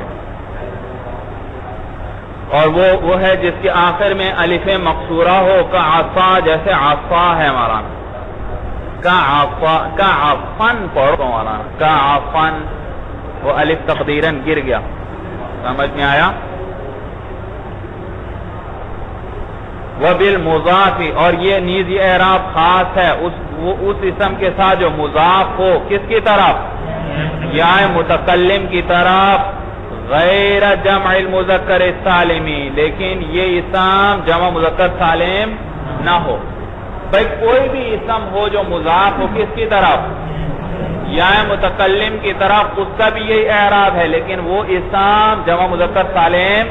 ہاں وہ جمع مذکر سالم جب یا کی طرف مضاف ہوگا اس کا حکم الگ ہے. وہ آخری قسم میں آئے گا. بھائی کا غلامی، جیسے آپ کیا کہتے ہیں؟ غلامی.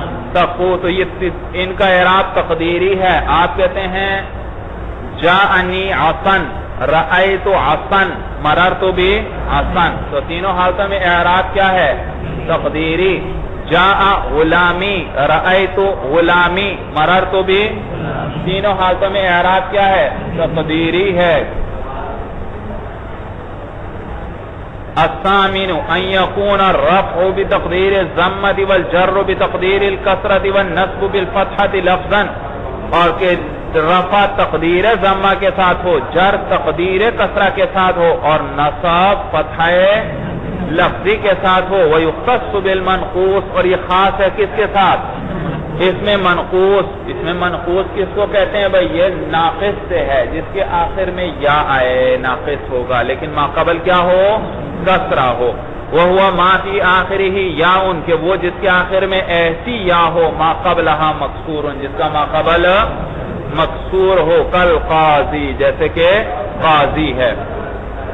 تقول جاءنی القاضی ورأیت القاضی ومررت بالقاضی. تو جاءنی القاضی رفع ضمہ تقدیری کے ساتھ، رأیت القاضی نصب فتحہ، ومررت بالقاضی اور جر.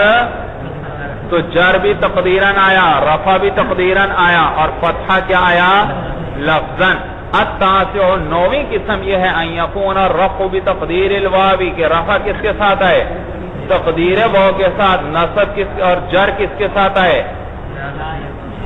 یا کے ساتھ. اس حال میں کہ وہ کیا ہو؟ ملفوظ لفظوں میں ہو یا لفظوں میں ہو.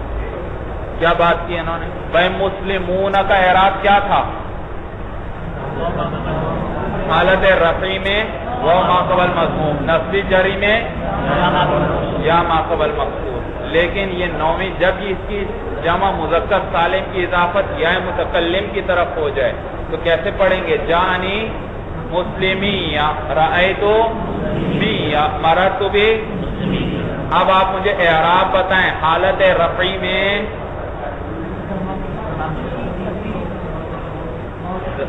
واو تقدیری کے ساتھ اس میں کیا نہ تھا اعراب؟ واو تھا نا. تو واو تقدیری کے ساتھ حالت نصبی جری میں یا لفظی ہے. بھائی یا موجود ہے یا نہیں ابھی بھی؟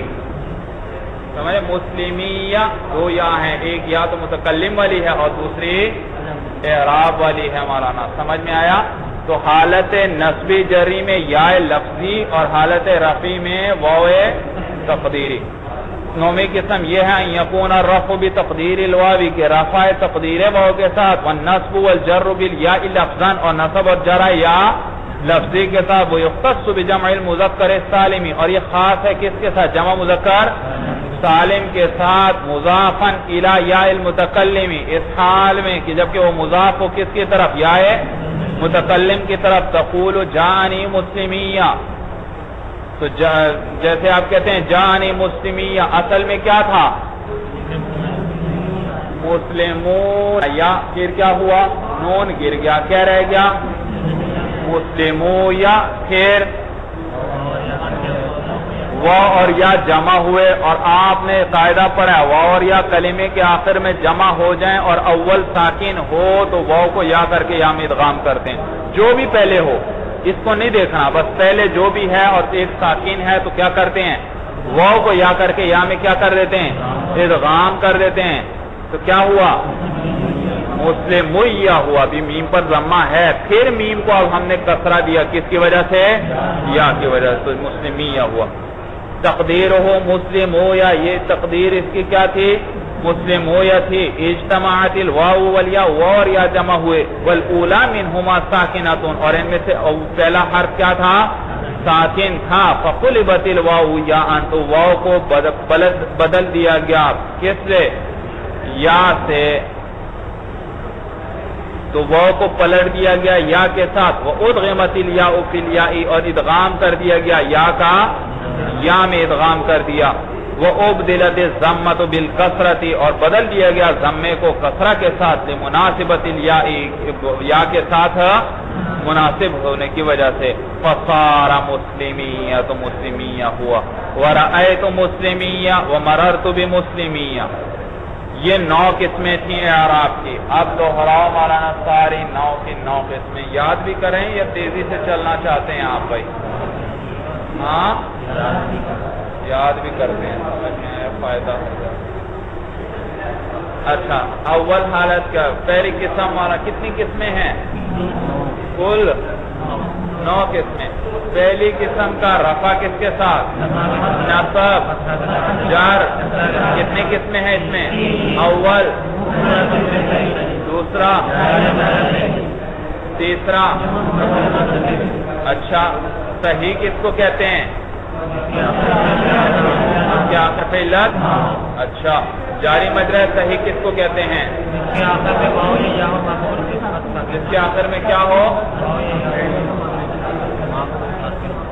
اور یا اور ماقبل اور جمع مقصر. اور تیسری قسم کیا تھی؟ منصرف. دوسری قسم کا اعراب دوسری قسم میں رفع کس کے ساتھ آئے گا؟ اور نصب اور جر. اور یہ کس کے ساتھ خاص ہے؟ جمع مؤنث سالم کس کو کہتے ہیں؟ الف تا آئے. چوتھی قسم تیسری قسم اعراب رفع کس کے ساتھ؟ اور نصب اور جر. اور یہ کس کے ساتھ آئے گا؟ غیر منصرف کے ساتھ. اور چوتھی قسم کا رفع کس کے ساتھ؟ نصب جر. اور یہ کس کے ساتھ خاص ہے؟ اسماء ستہ مکبرہ موحدہ مضافہ الی غیر المتکلم. چوتھی قسم کا اعراب پانچویں قسم کا رفع کس کے ساتھ؟ الف کے ساتھ نصب اور جر. یہ کتنی قسموں میں ہے؟ 3 قسموں میں. اول تسنیہ، ثانی اور کلتا جبکہ مضاف ہوں، اور تیسرا اثنتانی. اس کے بعد چھٹی قسم مولانا رفع کس کے ساتھ؟ نصب اور جر. یہ کتنی قسموں میں آئے گا؟ اول جمع مذکر سالم، ثانی اولو، ثالث عشرون اور اس کے اخوات.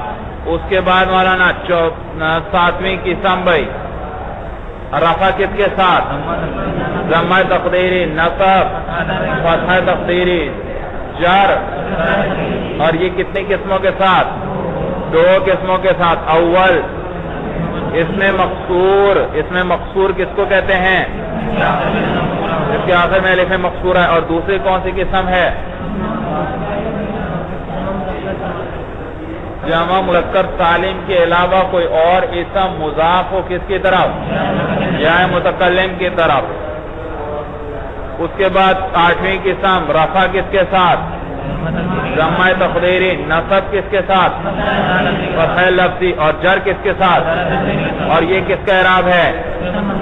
اس میں منقوص ناقص سے ہے مولانا.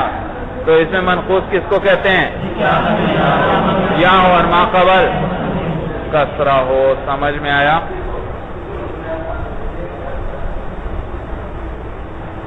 اور 9ویں قسم رفع کس کے ساتھ؟ واو تقدیری. اور نصب اور جر یا لفظی کے ساتھ.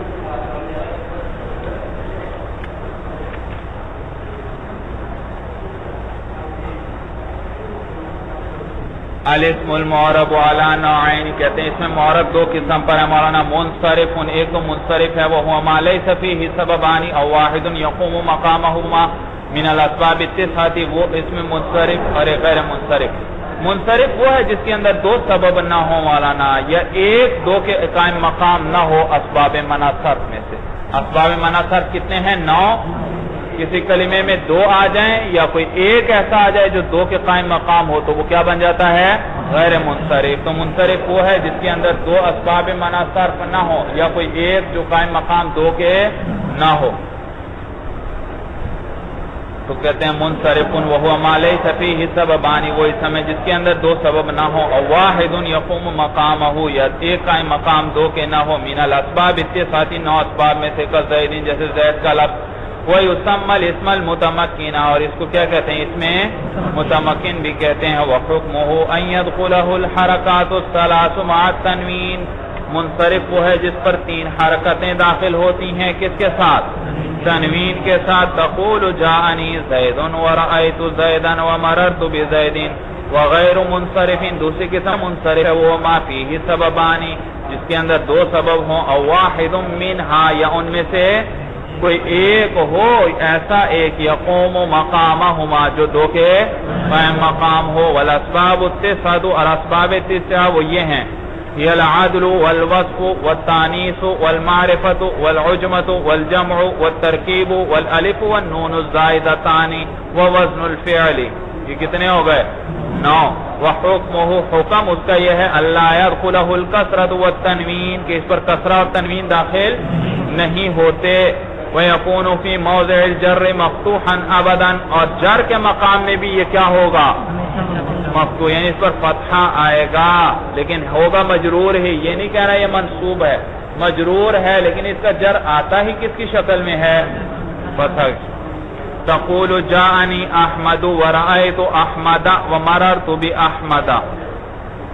اب اسباب منع صرف میں سے ہر ایک کی تعریف کریں گے اور مثالیں ذکر کریں گے.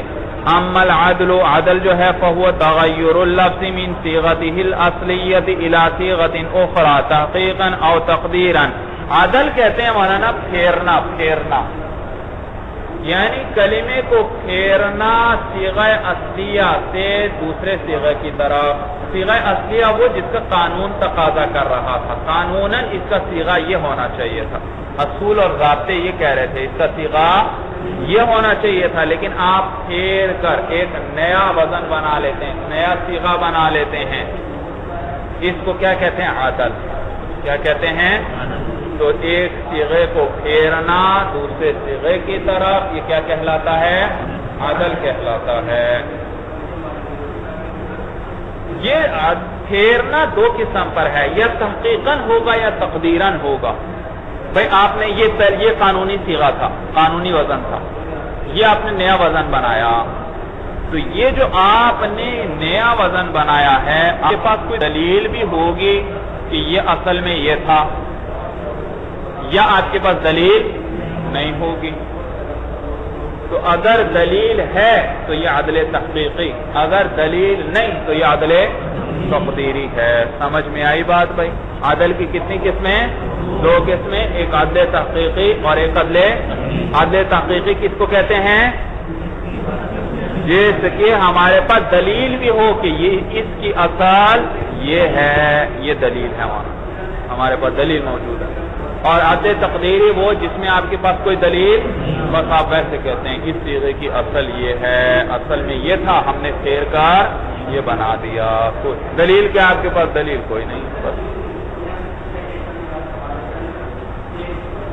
سمجھ میں آیا بھائی؟ بھائی یہ دراصل بات یہ ہے، مسئلہ یوں ہے کہ نحویوں نے ایک ضابطہ بنایا ہے.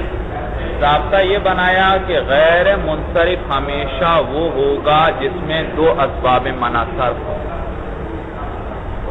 جس میں یا کوئی ایک ہو جو قائم مقام دو کے ہو. جس میں ایسا نہیں وہ غیر منصرف نہیں، بلکہ وہ کیا ہوگا.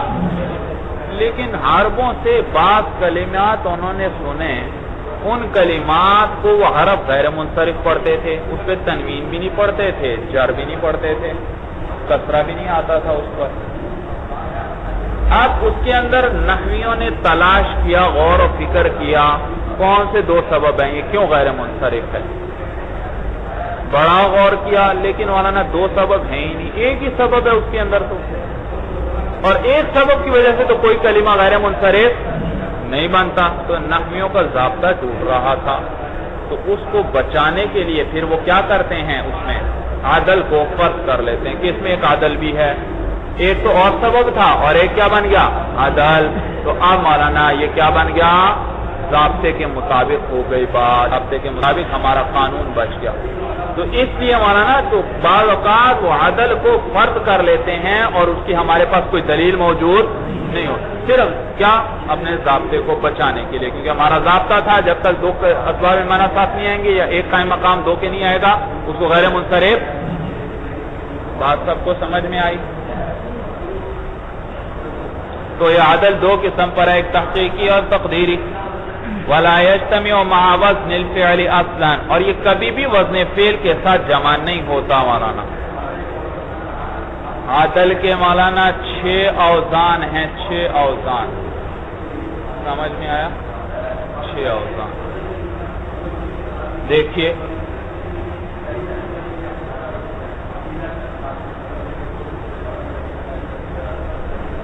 اوزان عدل را بتمام تو ششمر، مفعل فعل مثالهما مثلث عمر، فعلت ہم چو امس فعالت چو صلات، دیگر فعال داتو قطام و فعل سحر و اچھا. اور ان میں سے کوئی وزن کہتے ہیں فعل. دیکھیے 6 وزن ہیں، مفعل فعل، مفعل جیسے مثلث، فعل جیسے عمر، فعل جیسے امسی، فعال جیسے صلات، فعال جیسے قطام، فعل جیسے سحر.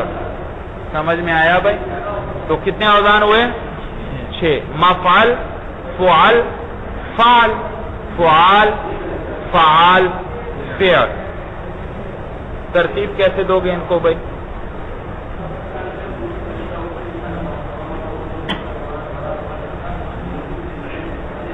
جی ہاں، شعر یاد کر لیں تو بڑا اچھا ہے.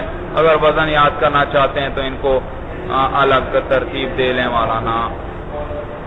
کیسے ہوگا؟ فعل ایک وزن، فعل دوسرا وزن، فعل تیسرا وزن. تینوں کو اکٹھا کر دیا ایک جیسوں کو میں نے، فعل فعل اور فعل. چوتھا کیا کر لو، مفعل. پانچویں اور چھٹے پھر ایک جیسے ہیں، فعال فعال.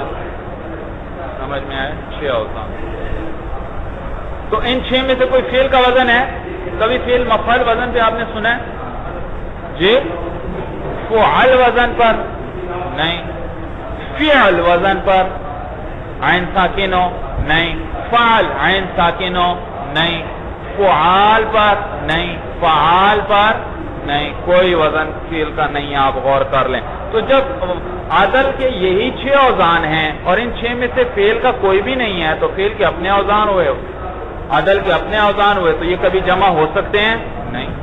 اسی لیے کہا وَلَا يَجْتَمِعُ مَعَ وَزْنِ الْفِعْلِ أَصْلًا، اور یہ کبھی بھی وزن فعل کے ساتھ جمع نہیں ہوتے. وَيَجْتَمِعُ مَعَ الْعَلَمِيَّةِ، اور کس کے ساتھ جمع ہو جاتے ہیں؟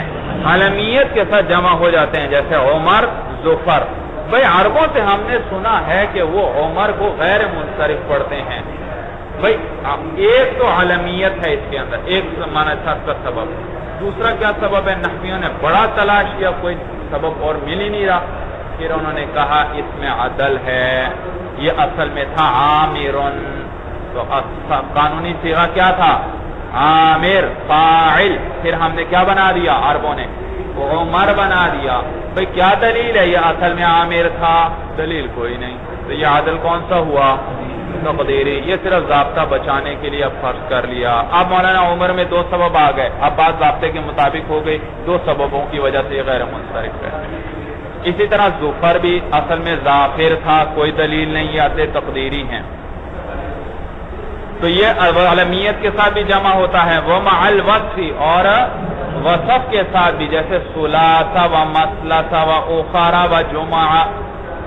ثلاثہ کا معنی تین تین، مثلثہ کا معنی بھی تین تین، یہ 10 تک چلتے ہیں بھائی، ثلاثہ، رباع، خماسہ، سداسہ، سباع، ثمانہ، سمجھ میں آیا بھائی؟ اور مثلثہ بھی اسی طرح ہے، مثلثہ، مربع، مخمسہ، مسدسہ، مسبع، مسمنہ، سمجھ میں آیا؟ تو ثلاثہ کا کیا معنی؟ تین تین۔ مثلثہ کا کیا معنی؟ مربع کا کیا معنی؟ چار چار۔ تو دیکھیے اب یہاں پر ہمارے پاس دلیل موجود ہے، اس کے اندر کیا ہے؟ عدل ہوا ہے۔ یہ ثلاثہ اصل میں کیا تھا؟ ثلاثتن، ثلاثتن، کیونکہ تین کے لیے کیا کہتے ہیں ہم؟ ثلاثہ۔ اور دلیل کیا ہے بھئی؟ یہ ثلاثہ اصل میں ثلاثہ تھا، تو اصل میں تھا ثلاثہ ثلاثہ، ہم نے اس صیغے سے پھیر کر ایک ہی صیغہ بنا دیا، کیا؟ ثلاثہ یا مثلثہ، یہ عدل آیا۔ اور دلیل تو یہاں عدل تقدیری نہیں ہے، یہاں عدل تحقیقی ہے، ہمارے پاس دلیل بھی ہے۔ کیا دلیل ہے؟ دلیل یہ کہ لفظ ایک ہے ثلاثہ، اور معنی کتنے ہیں؟ دو، تین تین، اور ایک لفظ کا ایک معنی ہوا کرتا ہے، دو معنی، تو یہ دلالت کر رہا ہے کہ یہ دراصل تھا بھی کیا؟ ثلاثہ ثلاثہ تھا، تو دلیل ہے یا نہیں مولانا؟ وَأُخَرَى وَجُمَعَ، اور اسی طرح اخرى اور جمعہ بھی ہے۔ بھائی دیکھو اخر،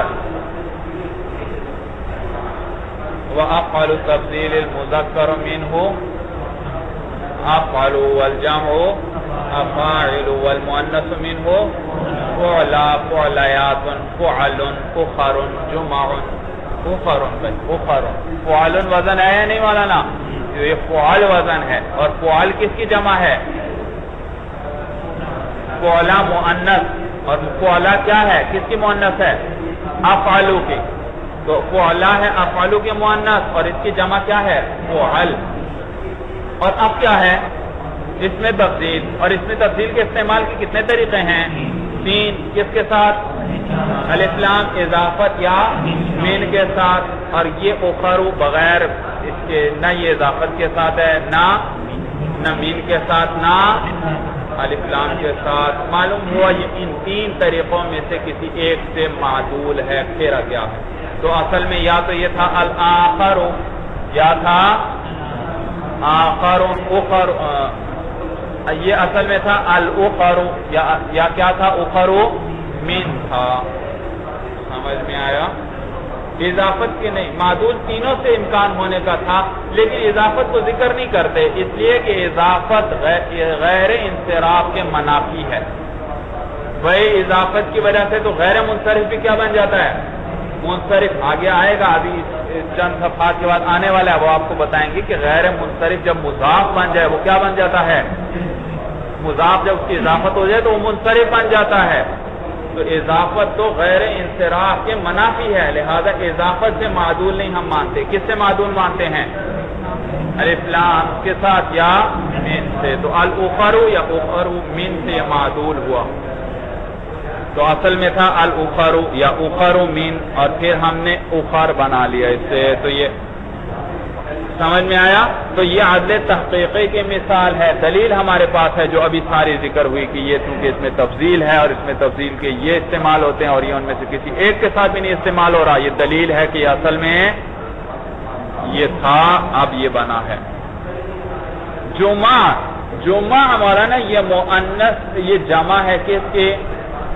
جمعہ کی، اور جمعہ مؤنث ہے کس کی؟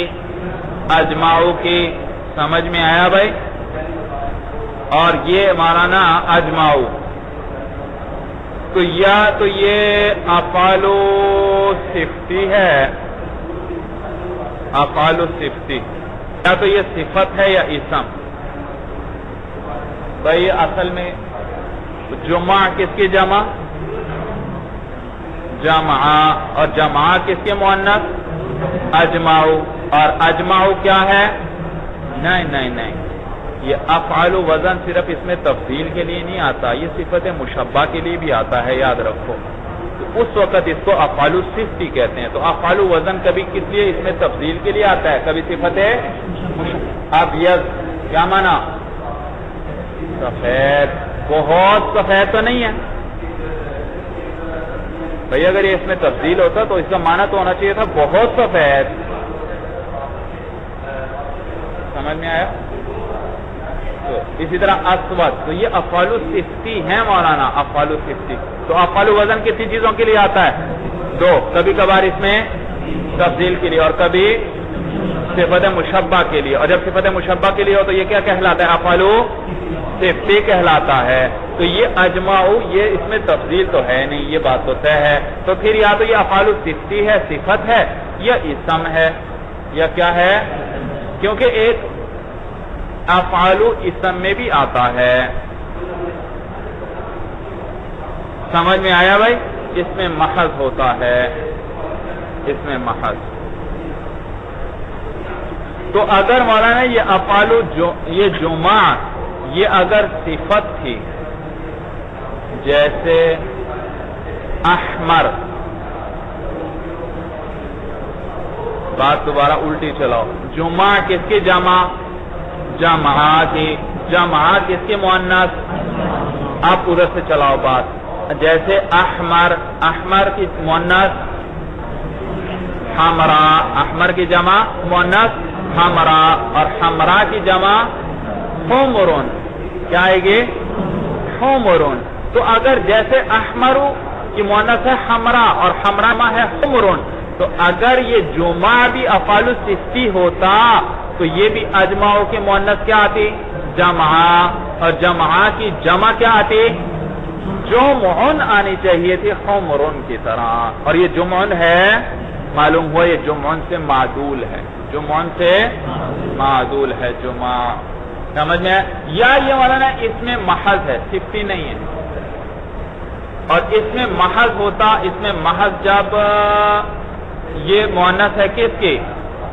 فعلا کی. اور فعلا اسم ہو تو اس کی جمع کیا آیا کرتی ہے؟ فعلا یا فعلاوات آتی ہے. کیا آتی ہے؟ فعلا یا فعلاوات. جیسے صحرا، فعلا، جمعہ صحرا ایک وزن ہے یا نہیں مولانا؟ اور صحرا اسم ہے تو جمعہ بھی اسم. تو جب صحرا کی جمع کیا آتی ہے؟ صحارا یا صحراوات. تو جمعہ کی مؤنث جمع بھی کیا آنی چاہیے تھی؟ جمعہ یا جمعوات. تو یہ ان میں سے کسی ایک سے معدول ہے. خلاصہ کلام یہ کہ یہ جمع معدول ہے یا تو جمعن سے اگر یہ صفت ہے، یا یہ اگر اسم کی جمع ہے تو پھر اس صورت میں یہ جمعہ یا جمعوات ہونا چاہیے تھا. تو یہ جمعن، جمعہ یا جمعوات ان تین میں سے کسی ایک سے معدول ہوا ہے. بات سمجھ میں آئی یا مشکل ہو گئی بھائی؟ دوبارہ دوہرا دوں. دیکھو یہ جمعہ جو ہے یہ جمع ہے کس کی؟ جمعہ کی. یہ بات تو طے ہے. کس کی جمع ہے؟ جمعہ کی. اب یہ جو جمعہ ہے یا یہ اسم ہے یا صفت ہے؟ کیا ہے؟ اگر یہ صفت ہے تو پھر یہ مؤنث تھی کس کی؟ اجمعو کی. اور اجمعو کیا ہے؟ صفت مشبہ ہے. یہ کیا ہوگا؟ صفت مشبہ ہو تو صفت مشبہ کی مؤنث کی جمع کیا آیا کرتی ہے؟ بھائی احمر کو ذرا کرو، احمر کی مؤنث کیا؟ حمرا، اور حمرا کی جمع کیا؟ حمرن. تو اگر یہ جمع اسی طرح ہے تو اجمعو کی مؤنث کیا آتی؟ جمع. اور جمعہ کی جمع آتی ہے، اور جمعہ کی آگے جمع کیا آنی چاہیے؟ جمعن آنی چاہیے. جمعہ تو معلوم ہوا یا تو یہ صفت ہے، اگر صفت ہے تو پھر یہ جمعن سے معدول ہے، اور اگر اسم ہے جمعہ تو پھر اسم. بھئی یہ کس کی جمع آئی؟ جمعہ کی جمع ہے نا، تو جمعہ کا وزن اسم میں ڈھونڈو ذرا. صحرا، اس کی کیا جمع آتی ہے؟ صحارا یا صحراباد. تو اس کی بھی کیا جمع آنی چاہیے تھی؟ جمع. یا معلوم ہوا یہ جمعن سے معدول ہے، یا جماعہ سے، یا جمعات سے معدول ہے. سمجھ میں آیا بھائی؟ اچھا، تفصیل حاشیے میں بھی ہے، وہاں دیکھ لیجئے گا، اب آپ کو سمجھ میں آ جائے گی. اما الوصف فلا يجتمع مع العلمیت اصلا. وصف مولانا بس وہ جمع نہیں ہوتا علمیت کے ساتھ کبھی بھی. بھئی وصف علمیت کے ساتھ کیوں نہیں جمع ہوتا؟ اس لیے کہ وصف دلالت کرتا ہے ذات مبہم پر، اور علم دلالت کرتا ہے ذات معین پر، اور ایک ہی چیز مبہم بھی ہو معین بھی ہو ایسا نہیں ہو سکتا. اس لیے کبھی بھی علمیت کے ساتھ یہ جمع نہیں ہوتا. وَشَرْطُهُ أَن يَكُونَ وَصْفًا فِي أَصْلِ الْوَضْعِ. سمجھ میں آئی بات بھائی؟ اور شرط ہے مولانا اس کے لیے وصف غیر منصرف کا سبب تب بنے گا. توجہ ہے سبق کی طرف. وصف غیر منصرف کا سبب تب بنے گا جبکہ یہ اصل وضع میں وصف ہو. یعنی جب یہ کلمہ بنایا گیا تو بنایا ہی بطور وصف کے گیا. کس لیے بنایا گیا؟ وصف کے. یہ نہ ہو کہ اصلاً تو وصف کے طور پر وضع نہیں ہوا تھا، بعد میں وصف کے طور پر استعمال ہونے لگا. تو اصل وضع میں کیا ہونا چاہیے؟ چاہے بعد میں وصفیت ختم ہی کیوں نہ ہو جائے. جیسے مولانا اسود اور ارقم. اسود کس کو کہتے ہیں؟ کالی چیز کوئی بھی ہو. ارقم کس کو کہتے ہیں؟ چتکبری چیز جس پہ سفید سیاہ دھاریاں نشانات وغیرہ ہوں. بھائی تو ارقم ہر اس چیز کو کہتے ہیں جو چتکبری ہو. اسود ہر اس چیز کو جو سیاہ ہو. لیکن بعد میں یہ اسود ایک کالے سانپ کا نام بن گیا، ارقم ایک کالے چتکبرے سانپ کا نام بن گیا. آپ مولانا یہ غیر منصرف کا سبب بنے گا یہ وصفیت یہ والی بیان نہیں بنے گی. کہتے ہیں بھئی ضابطہ ہمارا دیکھو. ضابطہ کیا تھا؟ اصل وضع میں کیا ہونا چاہیے؟ وصف. اور یہ بھی اصل وضع میں کیا ہے؟ اگرچہ فی الحال سانپ کا نام بن گیا ہے لیکن پھر بھی یہ وصفیت معتبر ہوگی، اور یہ اسود اور یہ ارقم غیر منصرف ہوں گے. ایک تو وزن فعل ہے ان کے اندر مولانا. اکرم اسود اکرم وزن بن رہا ہے یا نہیں بن رہا؟ تو ایک وزن فعل اور دوسرا وصفیت. تو آپ اس سانپ کو بھی اسود جب کہیں گے تو یہ غیر منصرف ہوگا. جبکہ اس کے مقابلے میں اربعہ کا عدد لفظ 4 کے عدد کے لیے وصف. اب اگرچہ فی الحال آپ ایک جملہ بولتے ہیں اس میں بطور وصف کے استعمال کرتے ہیں. مثلا آپ کہتے ہیں مررت بنسوۃ اربعین، میں 4 عورتوں پر گزرا. اب بنسوۃ اربعین، نسوہ موصوف، اربعین اس کی اب تو مولانا صفت کے طور پر استعمال ہو رہا ہے. تو اربعہ اکرامہ وزن فعل بھی ہے اور وصفیت بھی ہے، لیکن یہ وصفیت معتبر نہیں. لہذا ایک سبب صرف وزن فعل ہے اور ایک سبب کی وجہ سے غیر منصرف نہیں ہو سکتا. تو یہ وصفیت کیوں نہیں معتبر بھائی؟ اصل وضع میں یہ تو وصف کے لیے نہیں تھا وضع، بلکہ کس لیے وضع ہے؟ 4 کے عدد کے لیے وضع ہے. ہاں استعمال بعد میں اگرچہ ہو گیا وصفیت.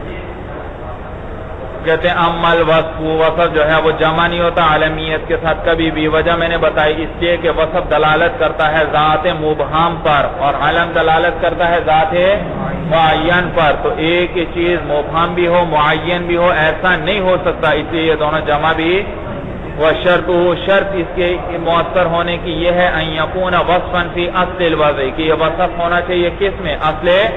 فاسود وارقم غیر منصرف، اسود اور ارقم غیر منصرف ہیں.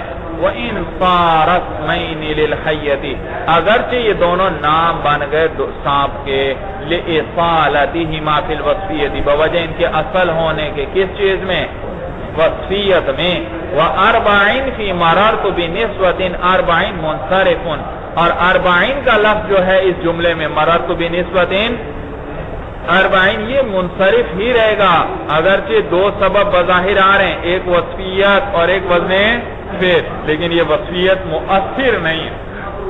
ما انہ، باوجود اس کے کہ اس کے اندر صفت بھی ہے اور وزن فعل بھی ہے، لیکن یہ وصفیت معتبر نہیں. لعدم الاصالۃ فی الوصفیۃ، اس لیے کہ اس وصفیت کے اندر وصفیت میں اصل نہ ہونے کی وجہ سے. اما تانیث، باقی تانیث مولانا، تو تانیث یاد رکھو مولانا دو قسم پر ہے. تانیث دو قسم پر ہے، ایک تانیث لفظی ہے، ایک تانیث معنوی ہے. تانیث لفظی وہ ہے کہ لفظوں کے اندر علامت تانیث ہمیں نظر آ رہی ہو. تانیث لفظی کیا ہے؟ علامت تانیث. اور علامت تانیث تین چیزیں ہیں، تا، الف مقصورہ، الف ممدودہ. کتنی ہیں؟ تا، الف مقصورہ اور الف، یہ ہمیں لفظوں میں نظر آ رہی ہے، تو یہ ہے تانیث لفظی، مؤنث لفظی کو. اور ایک ہے تانیث معنوی کہ لفظوں کے اندر تانیث کی کوئی علامت نہ ہو، لیکن یا تو مؤنث کا نام ہو یا تقدیراً وہاں پر کیا ہو؟ مؤنث ہو. جیسے زینب، اس میں تانیث معنوی ہے. کیوں؟ تا ہے، الف مقصورہ ممدودہ، لیکن نام مؤنث کا ہے، تو یہ کیا ہے؟ تانیث معنوی. یا مولانا مؤنث سماعی ہو، جیسے مولانا دار، دار کا لفظ کیا ہے؟ مؤنث ہے، کوئی علامت ہے نہیں، لیکن سنا ہم آنے عربوں سے کہتے ہیں اس کو مؤنث استعمال کرتے ہیں، تو حاضی ہی دار کہتے ہیں، حاضر دار نہیں کہتے.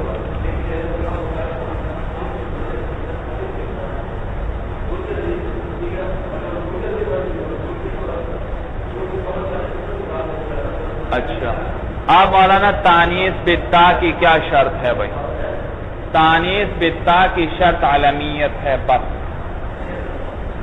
تانیث بھائی ہر چار کتنے قسمیں ہوئی؟ چار قسمیں ہوئی نا، تانیث لفظی اول اور پھر تانیث معنوی. تو تانیث لفظی کی پھر آگے تین کی، یہ کیا ہوگی؟ بالتا ہوگی یا بالالف ہوگی یا بالالف مقصورہ ہوگی یا بالالف ممدودہ ہوگی. تو تین یہ ہو گئی، تا، الف مقصورہ، الف ممدودہ اور ایک تانیث معنوی. کل کتنی قسمیں ہوئیں؟ چار قسمیں. ان چار میں سے جو تانیث بالتا ہے مولانا، اس کا حکم یہ ہے کہ وہ غیر منصرف کی تانیث بالتا سبب بنے گی جبکہ اس کے ساتھ علمیت ہو. کیا آ جائے؟ علمیت جمع ہو جائے. مثلا قائمتن، قائمتن اس کے ساتھ کیا ہے؟ تا. کیا ہے؟ اب یہ میں نام کسی کا رکھ دیتا ہوں، اب علمیت آ گئی یا نہیں آئی؟ اب یہ سبب بنے گی غیر منصرف ہونے کا. تو ایک تانیث ایک علمیت، تو قائمت تنوین اب نہیں پڑھیں گے. کیا بن جائے گا؟ غیر. بھئی علمیت کی شرط کیوں لگائی ہم نے؟ وجہ یہ ماننا کہ یہ تا گر جایا کرتی ہے، قائمن تا گر گئی یا نہیں گر گئی؟ لیکن جب علم بنا دیا، جب چیز کا نام رکھ دیا اور علم میں کوئی تبدیلی کی جاتی ہے، جب علم میں کوئی تبدیلی نہیں، تو جب علم بنا دیا تو اب یہ پکا جوڑ آ گیا ہمارا نام. سمجھ میں آیا؟ تو اب یہ سبب بنے گی. سمجھ میں آئی بات بھائی؟ آگے چلیں یا بس کریں؟ کافی ہو گیا، چلو بس پھر کل باتیں کریں گے. ھذا هو المرام، اللہ اعلم بحقیقت الکلام.